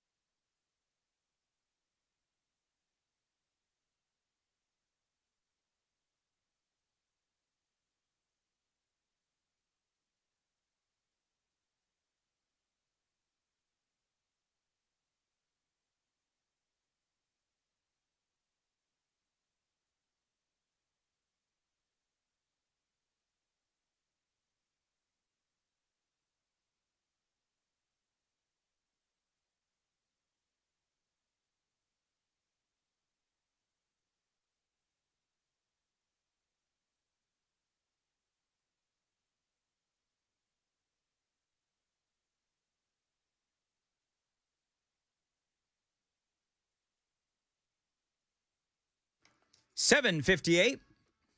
Nashville's Morning News on Super Talk 99.7. WTN. Dan Mandis here. People, Joan, are split on whether or not I should throw down the humor with Congressman Tim Burchett. Oh, really? Yeah, because, a lot of them are pointing out that telling jokes is not my strong suit. So, and honestly, I don't know how Congressman Burchett is feeling after getting kicked by that horse. That's part of the reasons why I want to speak to him coming up after the news at 8 o'clock, about 8:06. Congressman Tim Burchett will be joining us. Now, the reason why he's in the news is, number one, because he's a congressman. Number two, he's sort of openly advocating for himself to replace Senator Marsha Blackburn in the Senate if Blackburn wins the gubernatorial race here in the state of Tennessee. So and that's why he's in the news. We're going to talk to him about that and a whole lot more straight ahead. Do you know what I think? I think the Senate, Joan, is full of I'm not saying anything against Haggerty or Blackburn, but I think the Senate, they're kind of stuffy in the Senate. You know what I mean? Well, I'm not sure they are would. the upper chamber. They are the upper chamber, and I don't know if they would appreciate Congressman Burchett's sense of humor. But we'll see if he has a sense of. Okay, don't forget the dag-gum counter. Right, don't gotta forget. do that. Okay, all right. All right, it is 8 o'clock. Super Talk 99.7 WTN.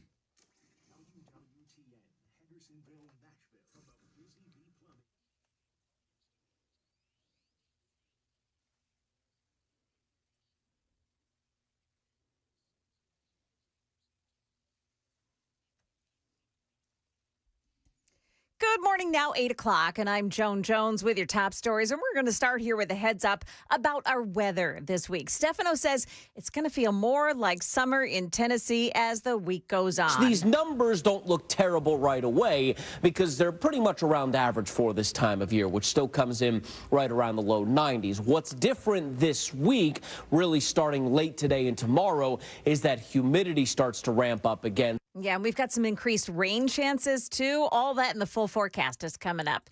Starting tonight, drivers can expect some overnight closures on I-40 near BNA for construction. TDOT crews will be closing 3 lanes at a time between 8 p.m. and 4 a.m. Starting with the eastbound lanes, they'll switch over to the westbound lanes, and it'll happen over the course of several weeks. Exit ramps will likely be closed as well. Some new details about the motive in Friday's attack at the Centers for Disease Control in Atlanta that left a police officer and the suspected gunman dead. An email from the CDC to its employees said that the suspect believed side effects from the COVID vaccine made him sick and depressed. Employees I've talked to the last several days talk about how they feel like they've been under constant attack since the pandemic. There were some of them who gathered over the weekend and rallied at a park in Atlanta, calling for something to be done. And in fact, the CDC has actually told some 10,000 employees to work from home and not come onto any of their campuses nationwide because law enforcement agents are still assessing any threats or any potential threats that may be targeted at CDC employees. And that's ABC's Faith Abube. In Texas, Governor Greg Abbott said he'll call a special session of the Texas legislature, which will last for 30 days. And when that's over, he'll call another one and then another. When absent Democrats do finally return to Texas, Abbott says they'll be arrested for violating their oath of office. And they'll have to come back if they want to be paid. Abbott also made their paychecks available only at the state capitol. Delta Airlines says 2 of its planes clipped wings at Hartsfield-Jackson Airport in Atlanta yesterday. Both planes were on the ground at the time. Here's how it sounded in the tower. Clearly, a 350 and a 75 are not compatible between these 2 gates. Yeah, courtesy of Broadcastify there. Nobody was in one of the 2 planes and no injuries on board the other one. The incident is under investigation. And Friendly's has recalled some of its ice cream sold in stores around the nation. The company saying that there was a packaging mistake that resulted in the tubs of vanilla ice cream getting lids that said cookies and cream. That mistake could affect people with soy and wheat allergies. Market numbers brought to you by Beacon Capital Management online at beaconcm.com. About a half hour to go before the opening bell. And The Dow futures are plus 67. The NASDAQ futures gaining 6 right now, and the S&P futures are up 4.5. That's the latest news, traffic, and weather next. I'm Joan Jones, WTN News. 8:03, Nashville's Morning News on WTN. Dan Mandis here for my friends at Window Nation. Now listen, this summer, and especially this week, of course, your AC is working overtime to keep your house cool and comfortable. If you're ready to change that, my friends at Window Nation can help. Replace your old or builder-grade windows with custom-built, high-quality, energy-efficient windows from Window Nation. Now, they have put 4 windows in my home, a couple in my basement studio as well. They do great work. Now, this month, they've got a great deal going on as well. Get 50% off all window styles, put 0 money down, make 0 payments, and pay 0 interest for 2 full years. So you pay nothing until 2027. That is a great deal from my friends at Window Nation. Now, Tennesseans have discovered Window Nation over the years. They do great work. You've got to hurry, though. This deal does end soon. Schedule a fast and free estimate, windownation.com. That's windownation.com, 866-90-NATION, 50% off all window styles. Put 0 money down, make 0 payments, and pay 0 interest. For 2 full years, you pay nothing until 2027. Again, schedule that fast and free estimate, windownation.com, 866-90-NATION.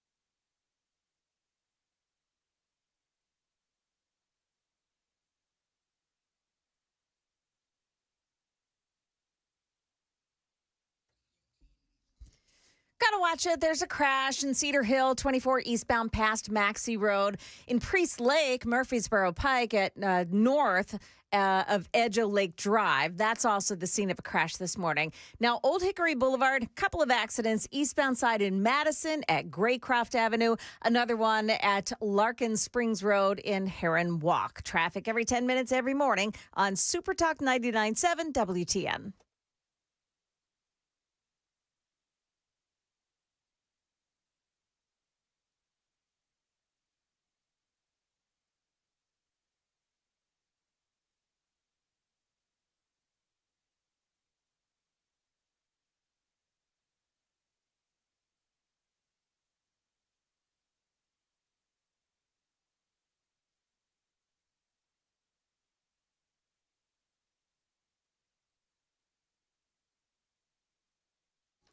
.806, Nashville's Morning News on Super Talk 99.7 WTN. Welcome on in to a Monday. Welcome on in, Congressman Tim Burchett, to Nashville's Morning News. Congressman, I know that you got kicked by the horse.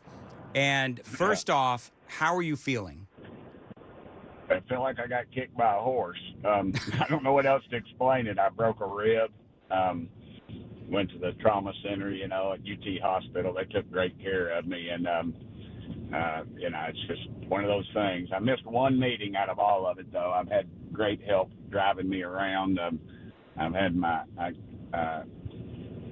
folks have been helping me, but I missed one Eagle Scout thing. I'll probably have to take the kid out for a pizza buffet or something to make it up to him. But that's all I've missed.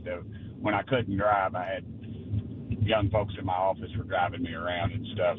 But I'm back to driving today, so we'll just see how it goes. I get going good, and then it hurts a little bit. But I don't know what to tell you. I've never broke a rib before. It's an unusual experience. I'm honestly, though, everybody just says, Burchett, you're the most unlucky guy I've ever known. I said, no, I'm the luckiest guy.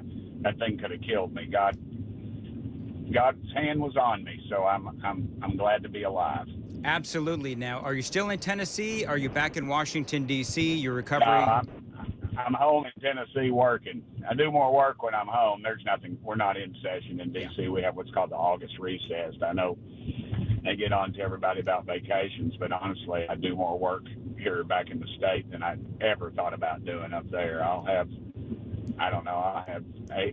think I got about 8 or 9 meetings today, and then go on, and then I still got to try to do some work on the farm tonight. So anyway. Okay, very good.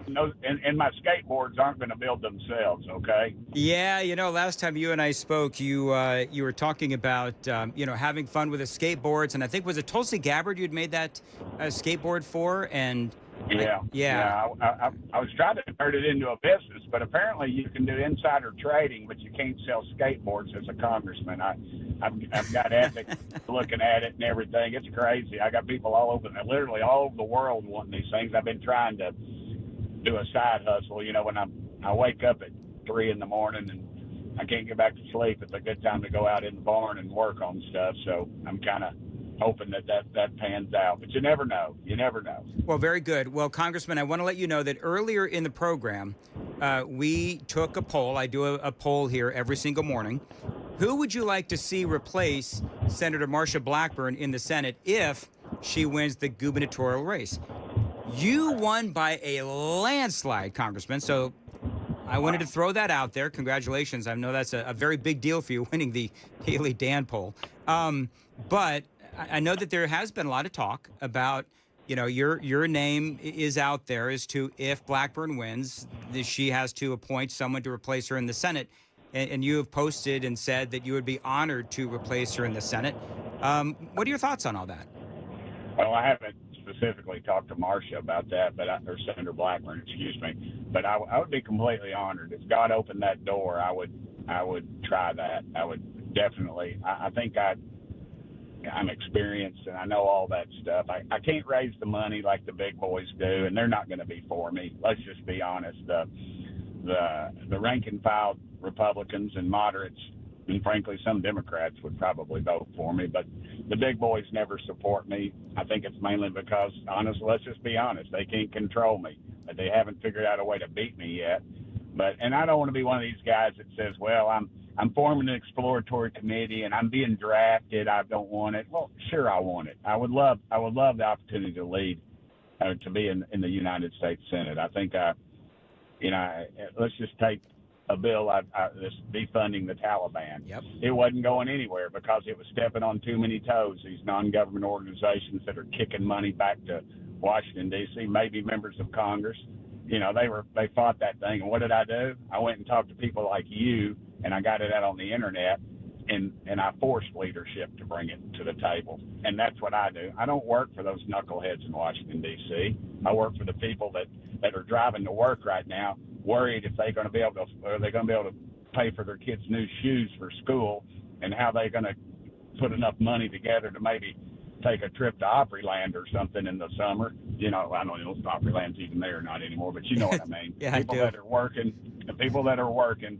that's the people I represent. And, the big boys, they're always for me the day after the election. They always call me and say, hey, man, come by and get a check. And I say, they'd always say, we were with you all the way. And I said, yeah, I know. I really felt it there right towards the end. But I get it. I get the game. And I don't hold grudges. I make friends with my enemies. And that frustrates people because I sit by myself there, usually on the second tobacco row. I call it Center's Row. Everybody who gets in trouble always comes and sits with me. And I don't care. But I think I've been fairly successful, and I think I could do the job. Do you think, Congressman, knowing what you know about Washington, D.C. and the games that are played, do you think that the decision has already been made if she wins? I think some people think they've made the decision. I just don't think they're ready for the onslaught of the public. Because now with people like you and the internet and these young people that are energized, I spoke at a national young Republicans event this weekend that was in Nashville, by the way. Yep. Our very kid named Stevie DiGiorno. He's the state chairman. He's from right there. You know, and there's a new energy out there, and I believe the old guard is getting ready to get surprised. I really do. I think they've suppressed this. They've pushed all these socialist and Marxist ideas out. They've let it flourish on our colleges and institutions all across this country, and people are sick of it. And these young kids are realizing, hey, this deal, giving away everything I'm working for, is not cutting it. I want my piece of the pie. I'm going to work for it. Dadgum, I deserve it. And they're not willing to give it away. And I think that's going to surprise a lot of people. And, you know, these kingmakers, it always surprises me, these people that God has blessed with so much wealth, really. And then they think that they have a right to tell us what to do. I know a lot of successful Christian businessmen and just good folks that have hustled and made money, and they don't think like that. And some of this elitist crowd, that's what gets us killed. And they're always they're the tarmac people, I always call them. Because I don't care who's in the White House, Democrat, Republicans, they're always there, or they have a representative on the tarmac. I've never been out on the tarmac to greet a president. And I've been in elected office for how many years? They always bump me at the end. And I've not been vindictive, but I've always taken note of how that went down. And I think America is sick of that stuff. People have worked hard. That's why labor, that's why Hispanic folks, and frankly, a lot of black folks have started supporting this president, because they see this stuff they've been promised in the past is, what have they got? They got inner cities full of drugs, crime, and corruption. Yep. And nobody's willing to do anything but just demonize the other side. And people are sick of that stuff, Dan. They're sick of it. One of the things I find interesting is that, we have Stephen Colbert. His show has been canceled, of course.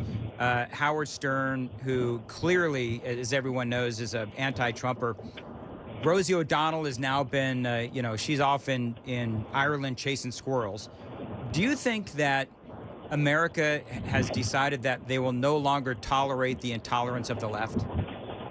I think America decided that a long time ago. I think Hollywood is voting with their checkbooks right now. I've always said Hollywood will do what's right when it benefits them financially. Case in point, the Andy Griffith Show. It is wholesome. It's about American values. It's about things that make this country great. It's about family. It's about religion. It's about drawing us together as Americans. And it's in how many different languages? Hundreds of languages. And it's still, it comes on, I'm going to watch it. I don't care if I'm sure as heck not going to watch the Emmy or the Grammy Awards. So that's sick, decrepit bunch of people out there. So yeah, I think they're voting with their pocketbooks. They don't care for us, but they care about that money more than anything else. Stern is a pervert. He's outdated. All those other guys, they're losing $20-40 million a year. I stated on my Twitter, on my X account or whatever, at Tim Burchett, I said, who do they think they are? Congress, being able to waste that much money but stay in business? I think America's sick of that garbage. And again, these young kids are looking at this stuff and saying, man, they're running down what I believe in. They're going to, as I had an economics professor say, they're going to cast their dollar votes elsewhere. And I think America's starting to wake up. I hope this isn't just a flake in the pan, because you look at what's happened to a lot of our big, proud cities, and it's just gone out of control. Look at Washington, D.C. Trump's finally got the guts to clean it up. Yep. When you pull off your nation's capital, you don't like to see a shopping cart in the middle and a tent right there and just garbage everywhere. He's taking back over. That's why we got a real leader at Pennsylvania Avenue right now. Like I said, I don't want President Trump teaching my daughter's Sunday school class, but dadgum, I like him in Pennsylvania Avenue. Let me ask you, Congressman, on other things. Of course, I know that you are well aware of everything regarding, Russiagate, Russian collusion accusations, Hillary, Obama, Brennan, Clapper, all those folks essentially manufacturing the accusations against Donald Trump. Where do you see this going? Well, I was on CNN the other day, and I said, you see that thing that just ran by us? And the lady said, what? And I said, that was a dadgum glacier. We are so slow, glaciers run by us. look, it's so much time has passed. I just don't know. I think they'll exercise their right not to testify or whatever, and I think it's important to call them out. I think if we got documentation, which we do, let's get it. Tulsi Gabbard, great friend of mine. She's got the goods. As the young people say, she's bringing the receipts. But you know, is it going to go anywhere with all this stuff? They'll just run the clock out, and they all lawyered up. Yep. In D.C. and they'll just keep doing that, and we'll see. I'd like to get them before the committee. You know, I subpoenaed Miss Ghislaine Maxwell, or whatever you say your horrible name, but she, you know, and she's in the middle of an appeal, and I mean we could be looking at years on this stuff. The time to do it is right then, and that you had a corrupt White House that stopped everything and that covered up. And the trouble you're going to have now is just getting to all the facts, because you know shredders have been running for overtime up there in some of those buildings, just trying to get rid of all that evidence. Donald Trump, and I don't know did we lose Congressman Burchett? About the real truth, it's just the moral decay of this country is crept into every aspect of our government and every aspect of our life, and we got to call it out. You can't quit calling it out. You got to keep going after it. But do I think anything's going to come from it? Probably not. But I'll be up there. I'm a flagrant fence swinger, brother. I swing for the fence every dadgum time. I'll be up there hammering them because they are crooked. And Brennan, I mean, you know, he's admitted that he voted in the Communist Party in America. And this guy was over one of our top security people that they put in. Yep. This thing goes real deep. These billionaires and world movers that seem to just stay in power no matter what. They want to destroy this country because then they create their new little woke-utopia in their own image, and they control it, and that's exactly what they're after. Congressman, a couple more questions real quick. The president is talking about using the military to target the drug cartels in Mexico. What do you think? I'm very cautious of interjecting our military in anywhere. They're supposed to defend the Constitution. And the drug situation is affecting our Constitution. You've got cartels that control sections of our border. Under the Biden administration, we even found members of cartels that were elected to city councils in California, and they come across the border at will. And you step on American toes, they need to be stomped. And again, they're messing with Trump, and they better. And Trump, you know, he threatens a lot. The first thing he does though is bring economic havoc upon them. And that's part of this energy thing he's doing right now. He can literally shut some of these countries down because they're buying oil from our enemies. And he can when we get back full into this thing, he will be able to affect the price of oil and fluctuate it across the world, and that will bring them to their knees. And I think he's got a long-term plan, but yeah, our military is ready. These guys are dirtbags, man. They're kidnapping kids, selling them into child prostitution, probably organ harvesting. They are straight from the pits of hell. And just like Epstein, I think we ought to arrange that meeting as soon as possible. Last question. Donald Trump is going to meet with Vladimir Putin on Friday. Big debate as to whether or not Zelensky will join in on the conversation. How hopeful are you that the end is near to peace between these two countries?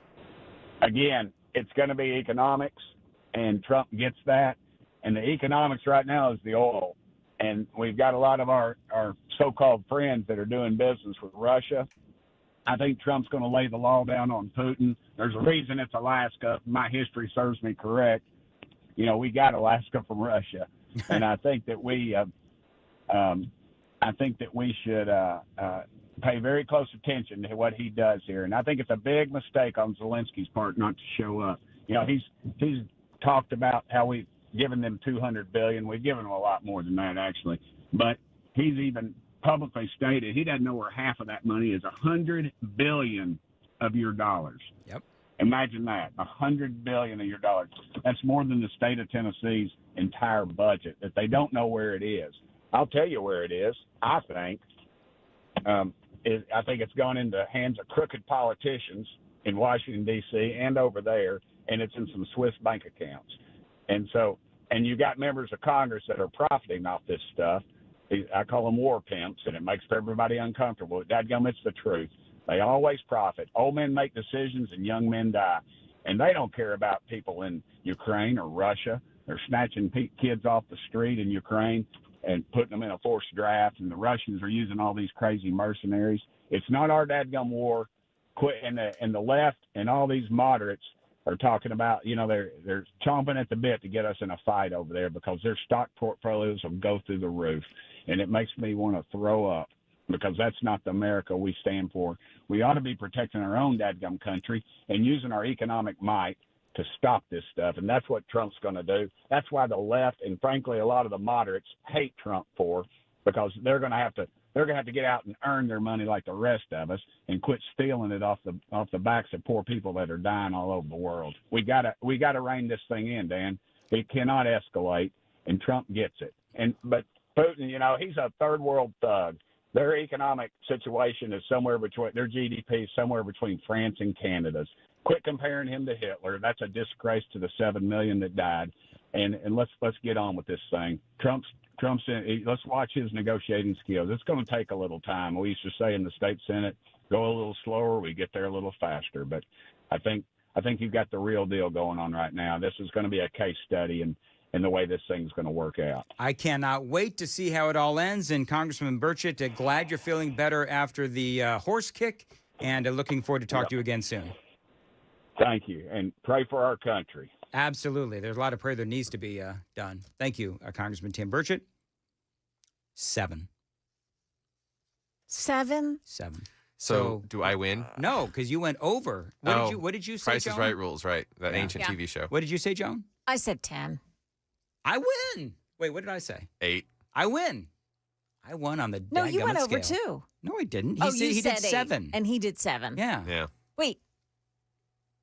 I thought you had to at least get it over it. The No. number. No. You had to come to it. Who is close? That was a With dollar that over. closest without going over. Which is me. You went over. No, I didn't. He did 7, and you said 8. Right. So had he gone to, why are we doing this? 9. If he went to 9, I would have lost because he went over my number. So it's not Right. okay. So I win. All right. By the way, I'm going to tell you two that I cheated. Did you stack the deck? No. I knew he was going to ask another question. No. I knew it. So Sam is right. Joan, I asked another question to try to get a couple of dadgummits out of him, and I got him. Dan. What? That's cheating. It was a good question. It's cheating. It is Hands not cheating. Down cheating. Oh, Jones, whatever. And if you're going to do that, why not ask more and more until you get to 10? Yeah. Well, because that would make us even later than we already are. And, I need some audio, Sam, if I could. Very good. There you go. All right, so Joan. Yes, cheater. Loser of the dadgummit game with Tim Burchett. What? I love that man. He is one of, if not my favorite politicians in Tennessee. When he gets going, man. Boy, when he gets going, I'm just, you know what? I said to Sam, I was like, I don't even know why I bothered to write out so many questions because he just nails it every single time. So there you go. Yeah. By the way, noted, I did not do my joke. with Tim I Burchett. noted, yeah. Yeah, I did. People were like, Dan, don't do it, man. Don't do it. So I didn't. All right, Joan, real quick, what's coming up? Yeah, should Tennessee put limits on what SNAP benefits can buy? Also, Dolly Parton's life in a musical, and it's made its debut right here in Nashville. That and more coming up at 8:30 on Super Talk 99.7 WTN. Dan Mandis here, 827. Listen, change is always happening. It is part of life. When it comes to music, change is all around us. Songs are rewritten, classics are remixed, and bands and artists, they do come and go. Even our taste in music does change. But no matter how things change in 5 years, there's one thing that is going to stay the same, and that is the price of your internet. Now, Xfinity is introducing a 5-year price guarantee. It means that you get 5 years of the most reliable Wi-Fi with their best equipment included for a price that stays exactly the same. One internet price, 5 years guaranteed. Learn more at Xfinity.com/deals. Restrictions apply. New residential customers only. Taxes and fees extra and subject to change. Most reliable Wi-Fi based on Open Signal Awards USA. Fixed Broadband Experience Report, August 2024.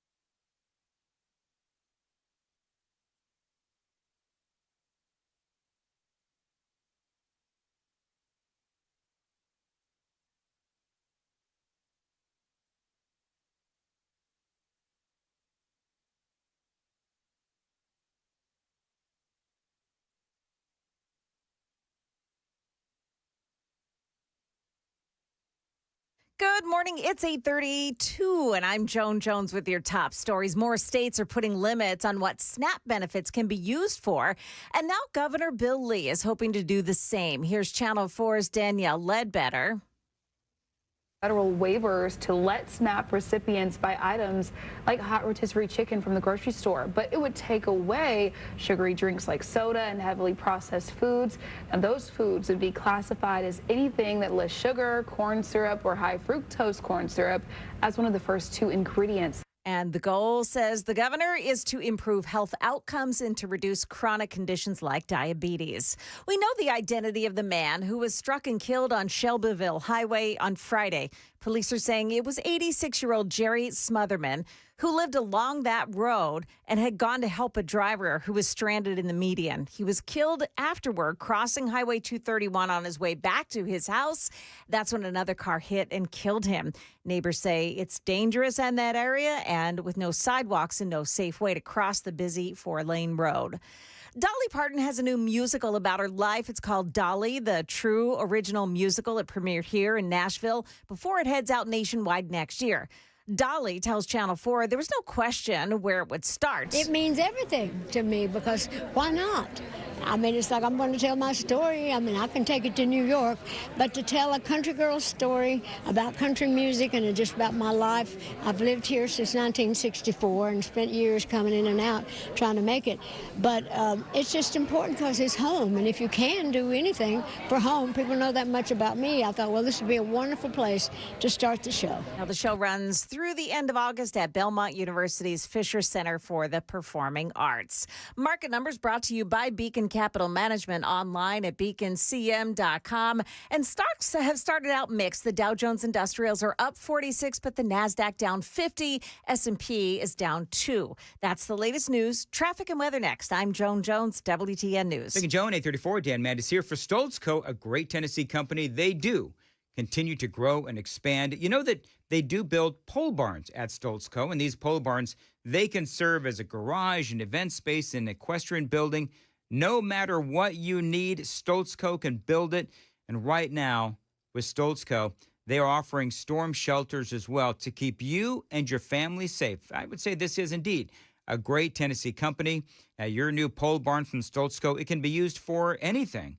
So if you have some land that needs a building for whatever you want, call my friends at Stoltz Co., 615-622-5992, 615-622-5992.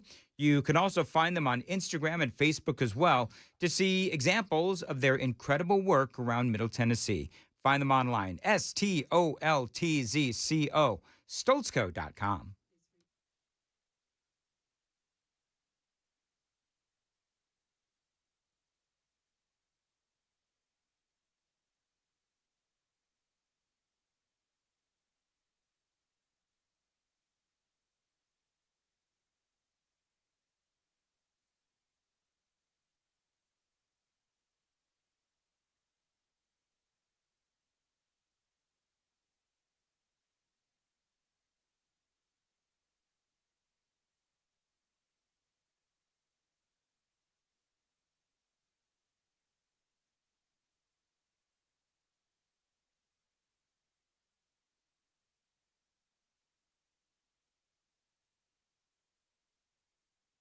.836, Nashville's Morning News on Super Talk 99.7 WTN. By the way, I thought this was funny. Oh, I'll wait until we go into the cross with Chris Hand, because did you hear my conversation, Chris, with Tim Burchett? Yes. And Joan, did you notice that when he said that people are worried that they back to school shoes and trying to go to Opryland, and he's like. Yeah. Opryland did close in 1997. I didn't have the heart to tell him, yeah, Congressman, that closed back in 1997. Anyway, I thought that was funny, but loved that interview. He was on fire today. Bit of a controversy at the end there. Little bit of a controversy. We're going to get into it coming up on WTN. Busy Bee Plumbing, Heating, and Cooling. It is back to school time. That does mean that Busy Bee Plumbing, Heating, and Cooling, they are bringing the buzz with huge savings and sweet giveaways as well. Now, if you've got septic issues, now is the time to get it fixed. Get 15% off any septic work, main, drain lines, or whole home repipes. It is 15% off. You can also upgrade your HVAC system and get entered to win the Healthy Hive giveaway, a $1,500 sponsorship to the local school of your choice. And you join the Beehive Club like me, you can gift a free membership to a local teacher, a coach, or a faculty member. You buy one, gift one. It is just that simple. Breathe easier with $100 off of indoor air quality products as well. The savings with Busy Bee just go on and on. Call them to get started, 615-775-7833, 615-775-7833. Find them online anytime, busybeehvac.com.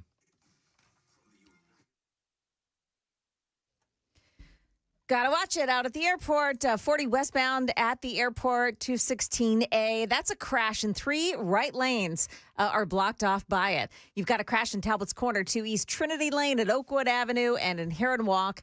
A crash involving some injuries, Old Hickory Boulevard at Larkin Springs Road. Traffic every 10 minutes every morning on Super Talk 99.7 WTN.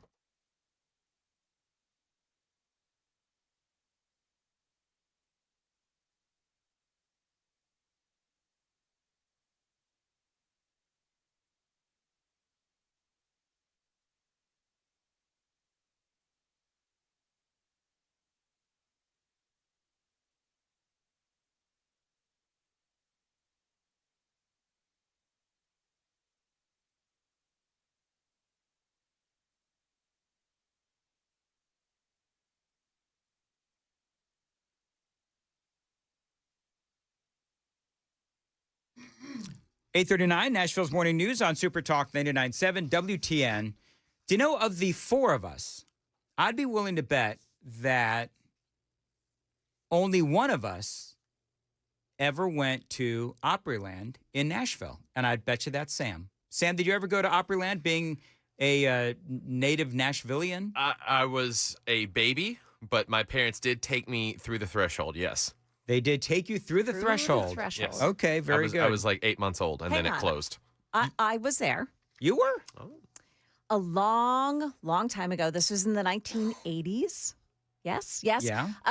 There was a movie being filmed by Chris Christopherson there. And I was an extra, me and my sister-in-law. You'd like to do the extra thing. I guess, yeah. Isn't that funny? Yeah, Yep. I was this. Yeah, I'm a little extra. Yeah.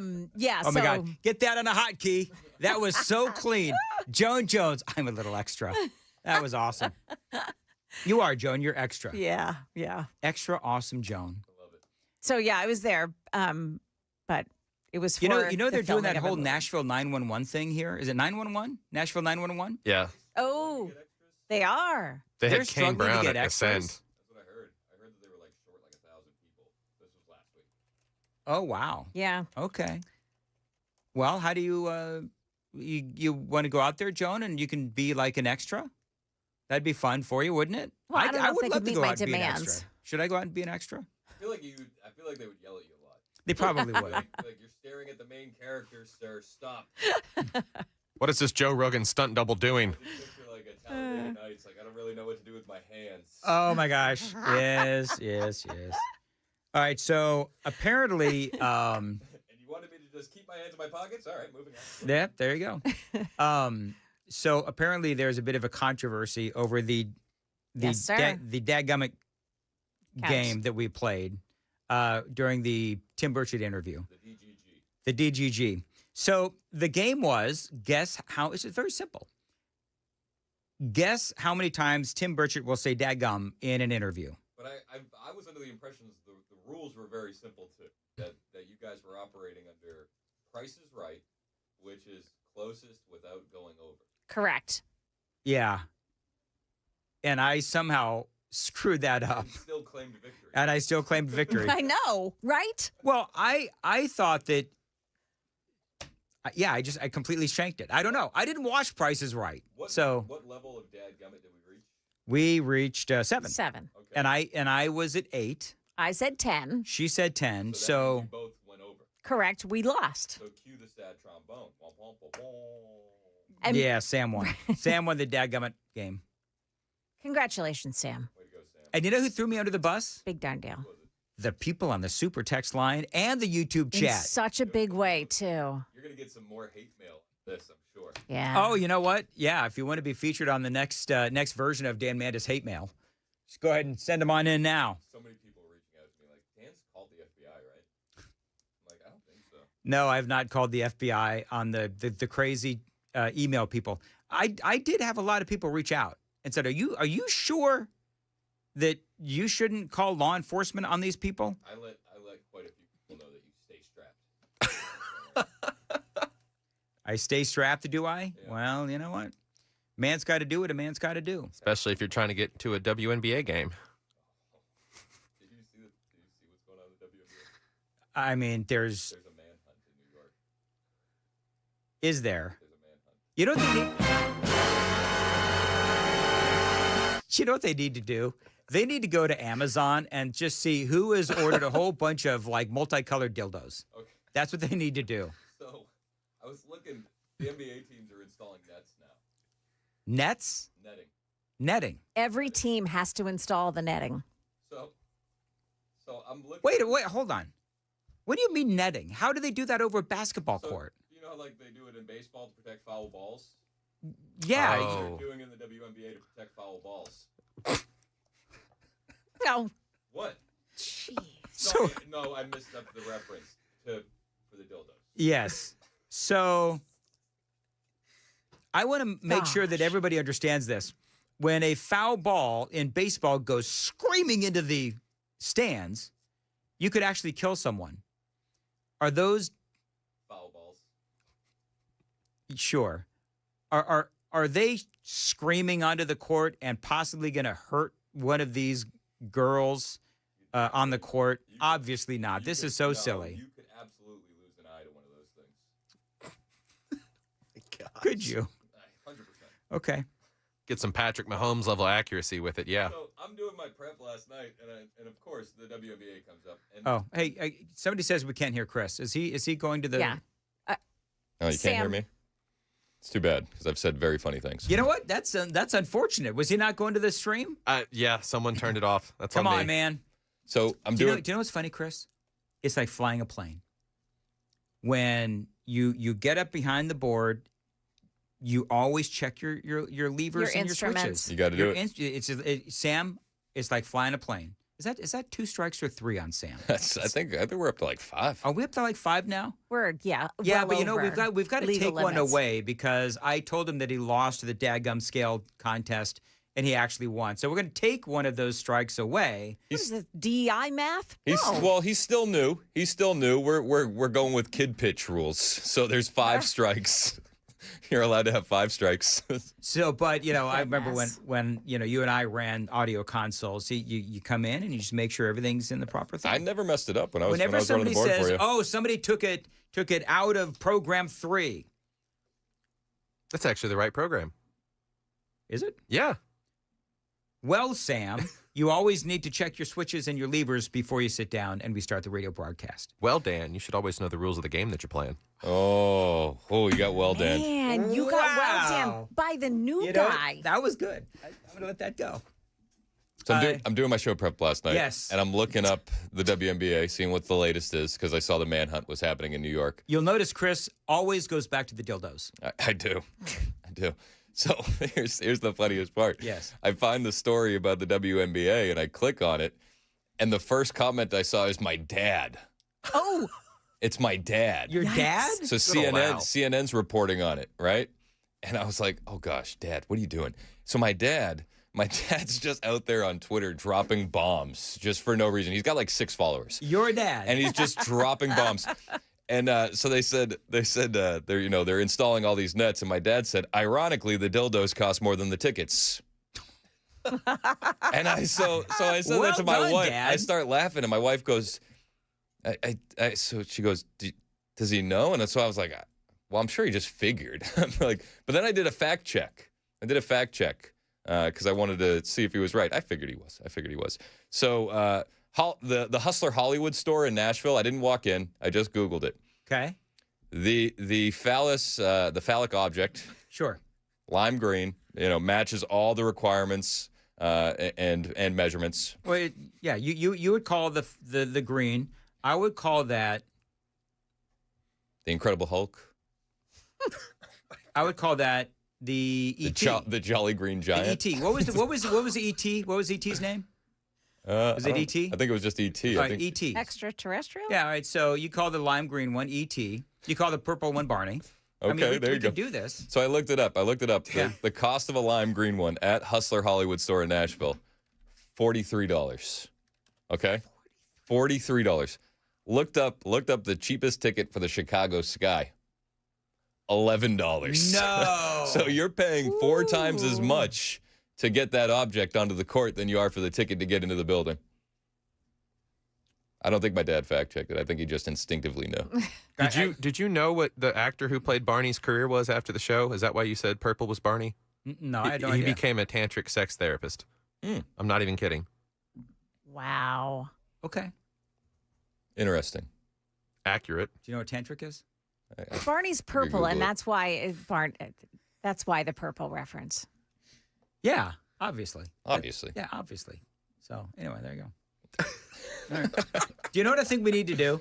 I think we need to do like a give, send, go. Let's pay for all the what do you call them, PPMs? Yeah, the PPDs, personal pleasure devices. Let's do the PPDs, and we'll just buy them for whoever has the guts to throw them onto the court. I just think with the Nets coming in, Trump has also often talked about how this is the golden age. But I think we're about to see American innovation reach new levels that we didn't think was possible when these guys are going to try to figure out how to get over the protective netting There's always in those the WNBA. T-shirt shooters, that they use at potato concerts. Cannon. Yeah. Not that I forget I said it. Sir, you can't bring that potato cannon in here. Joan wants high velocity PPD deployment. Is that a PPD in your pocket, or are you just happy to see me? Why are you walking funny into the stadium, sir? So, you know what? Potato shooter. Here's Sorry. Clip it. I'm so in trouble. Anyway, that's a promo. I'm a little extra. That's my potato shooter. So, here's what you do. You just, they're not gonna. For the 5 people watching on TV, you can't block. The net can't be in front of the TV, right? No, you TV can't do cameras. that. Can't do that. So you got to sit lower, and just like you used to skip rocks on the lake, you just throw it like that onto the court. It doesn't have to parachute in. You can skip it onto the court. Yeah, it's all about trajectory there. And you got it. And by the way, a little advice to you PPD throwers: you've got to throw it closer to the people on the court so that it'll get on camera, because somebody threw it, but it was on the wrong side of the court. You've got to throw it like right there where all the girls are and watch them, shriek and scream. You got to get it where the attempted action is taking place. That's exactly right. Attempted action. Very good. If you need the pointers, it's whichever camera has the red light on it. That's the one you want to throw it. Yeah, that's exactly right. Very good, Sam. Good. Do you see one of them hit a kid? No. Yeah. Oh, see, that's wrong. Well, I don't think they meant to. I just think the guy didn't have a good arm. Why is your kid in the way of the range? The kid was in the front row. It's all of a sudden thud. Where was he? Where was the guy throwing it from? I think they were up in the nosebleeds. Oh, come on, man. Those are the cheap seats. Did they catch him? I'm not sure if they caught that guy. You can get lower level seats for $75 to $150, or courtside seats for about $200. You really want to make a scene, you can drop some money for it. Maybe you sneak into the front row like Bob Uecker and just toss that thing right there. All right. But you want to get away. Yeah, that's true. I think going higher is the move, because then you can go over the net and then you can get out. That's true. Take the stairs. Everybody's going to expect you on the escalator. It's not like they have the Secret Service in there. No, that's true. Heck, they got more security guards than attendants. Oh, God.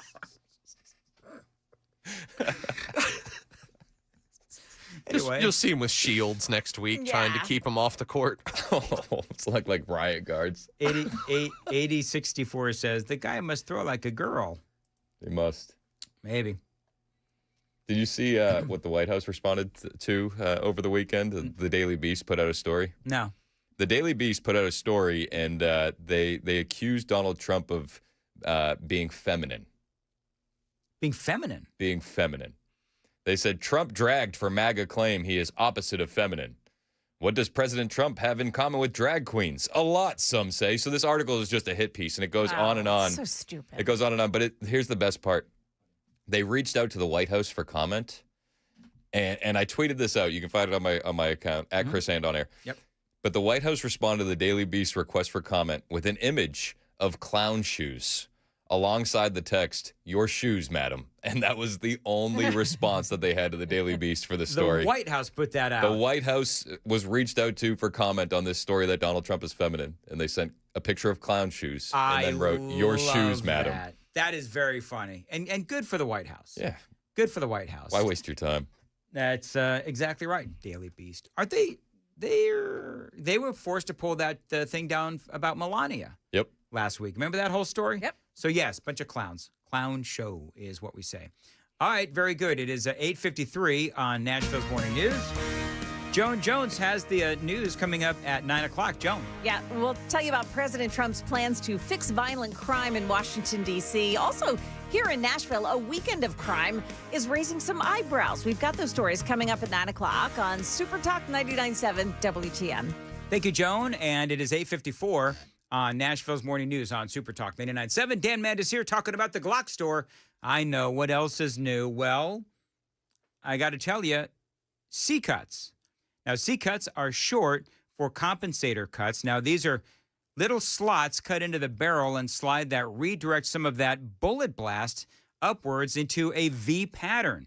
Now, that helps you keep on target by reducing muzzle flip, and it lessens the recoil as well. Now, these cuts are identical to the ones that were offered in the high-end Gen 3 compensated Glocks, but haven't been available in the latest models until now, thanks to my friends at the Glock store. That is huge. The Glock store will compensate your Glock in 10 days or less, and you'll end up with a flatter shooting gun with less recoil as well. It is pretty incredible, as a matter of fact. And if you want to try it before you buy it, Glock store has you covered.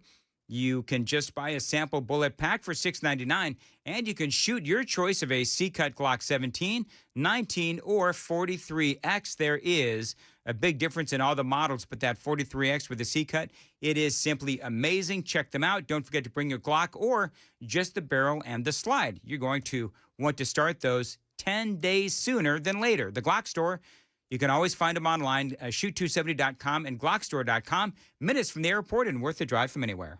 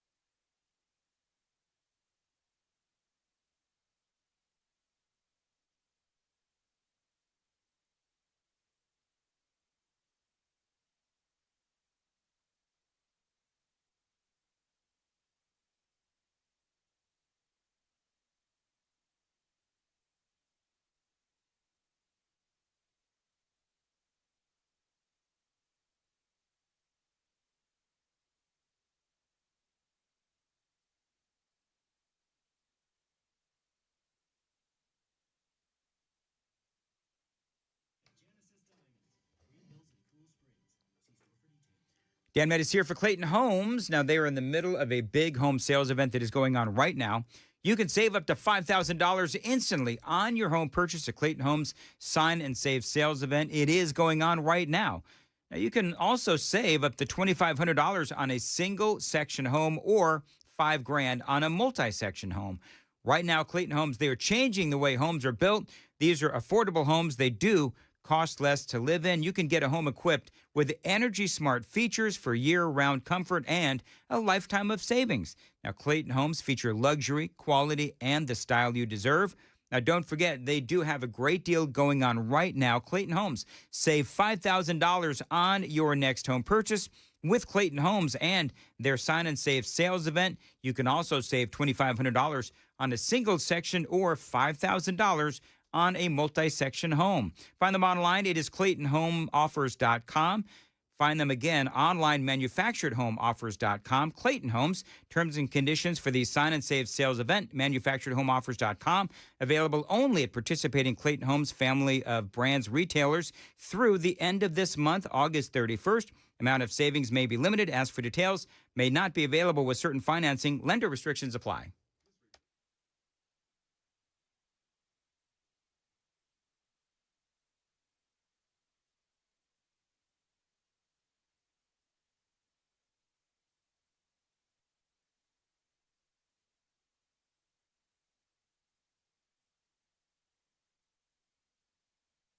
Nine o'clock coming up. Joan Jones has the news, and Chris Hand, what's coming up after 9? Well, we're going to be jumping into this press conference with Donald Trump. D.C. is being liberated today, so we'll bring you all the latest on that. Plus, we'll talk about the peace deals that happened, the peace deals that are on the way, and why old school neocons are so butthurt about it. All right. That and a whole lot more with Chris Hand coming up next right here on Super Talk.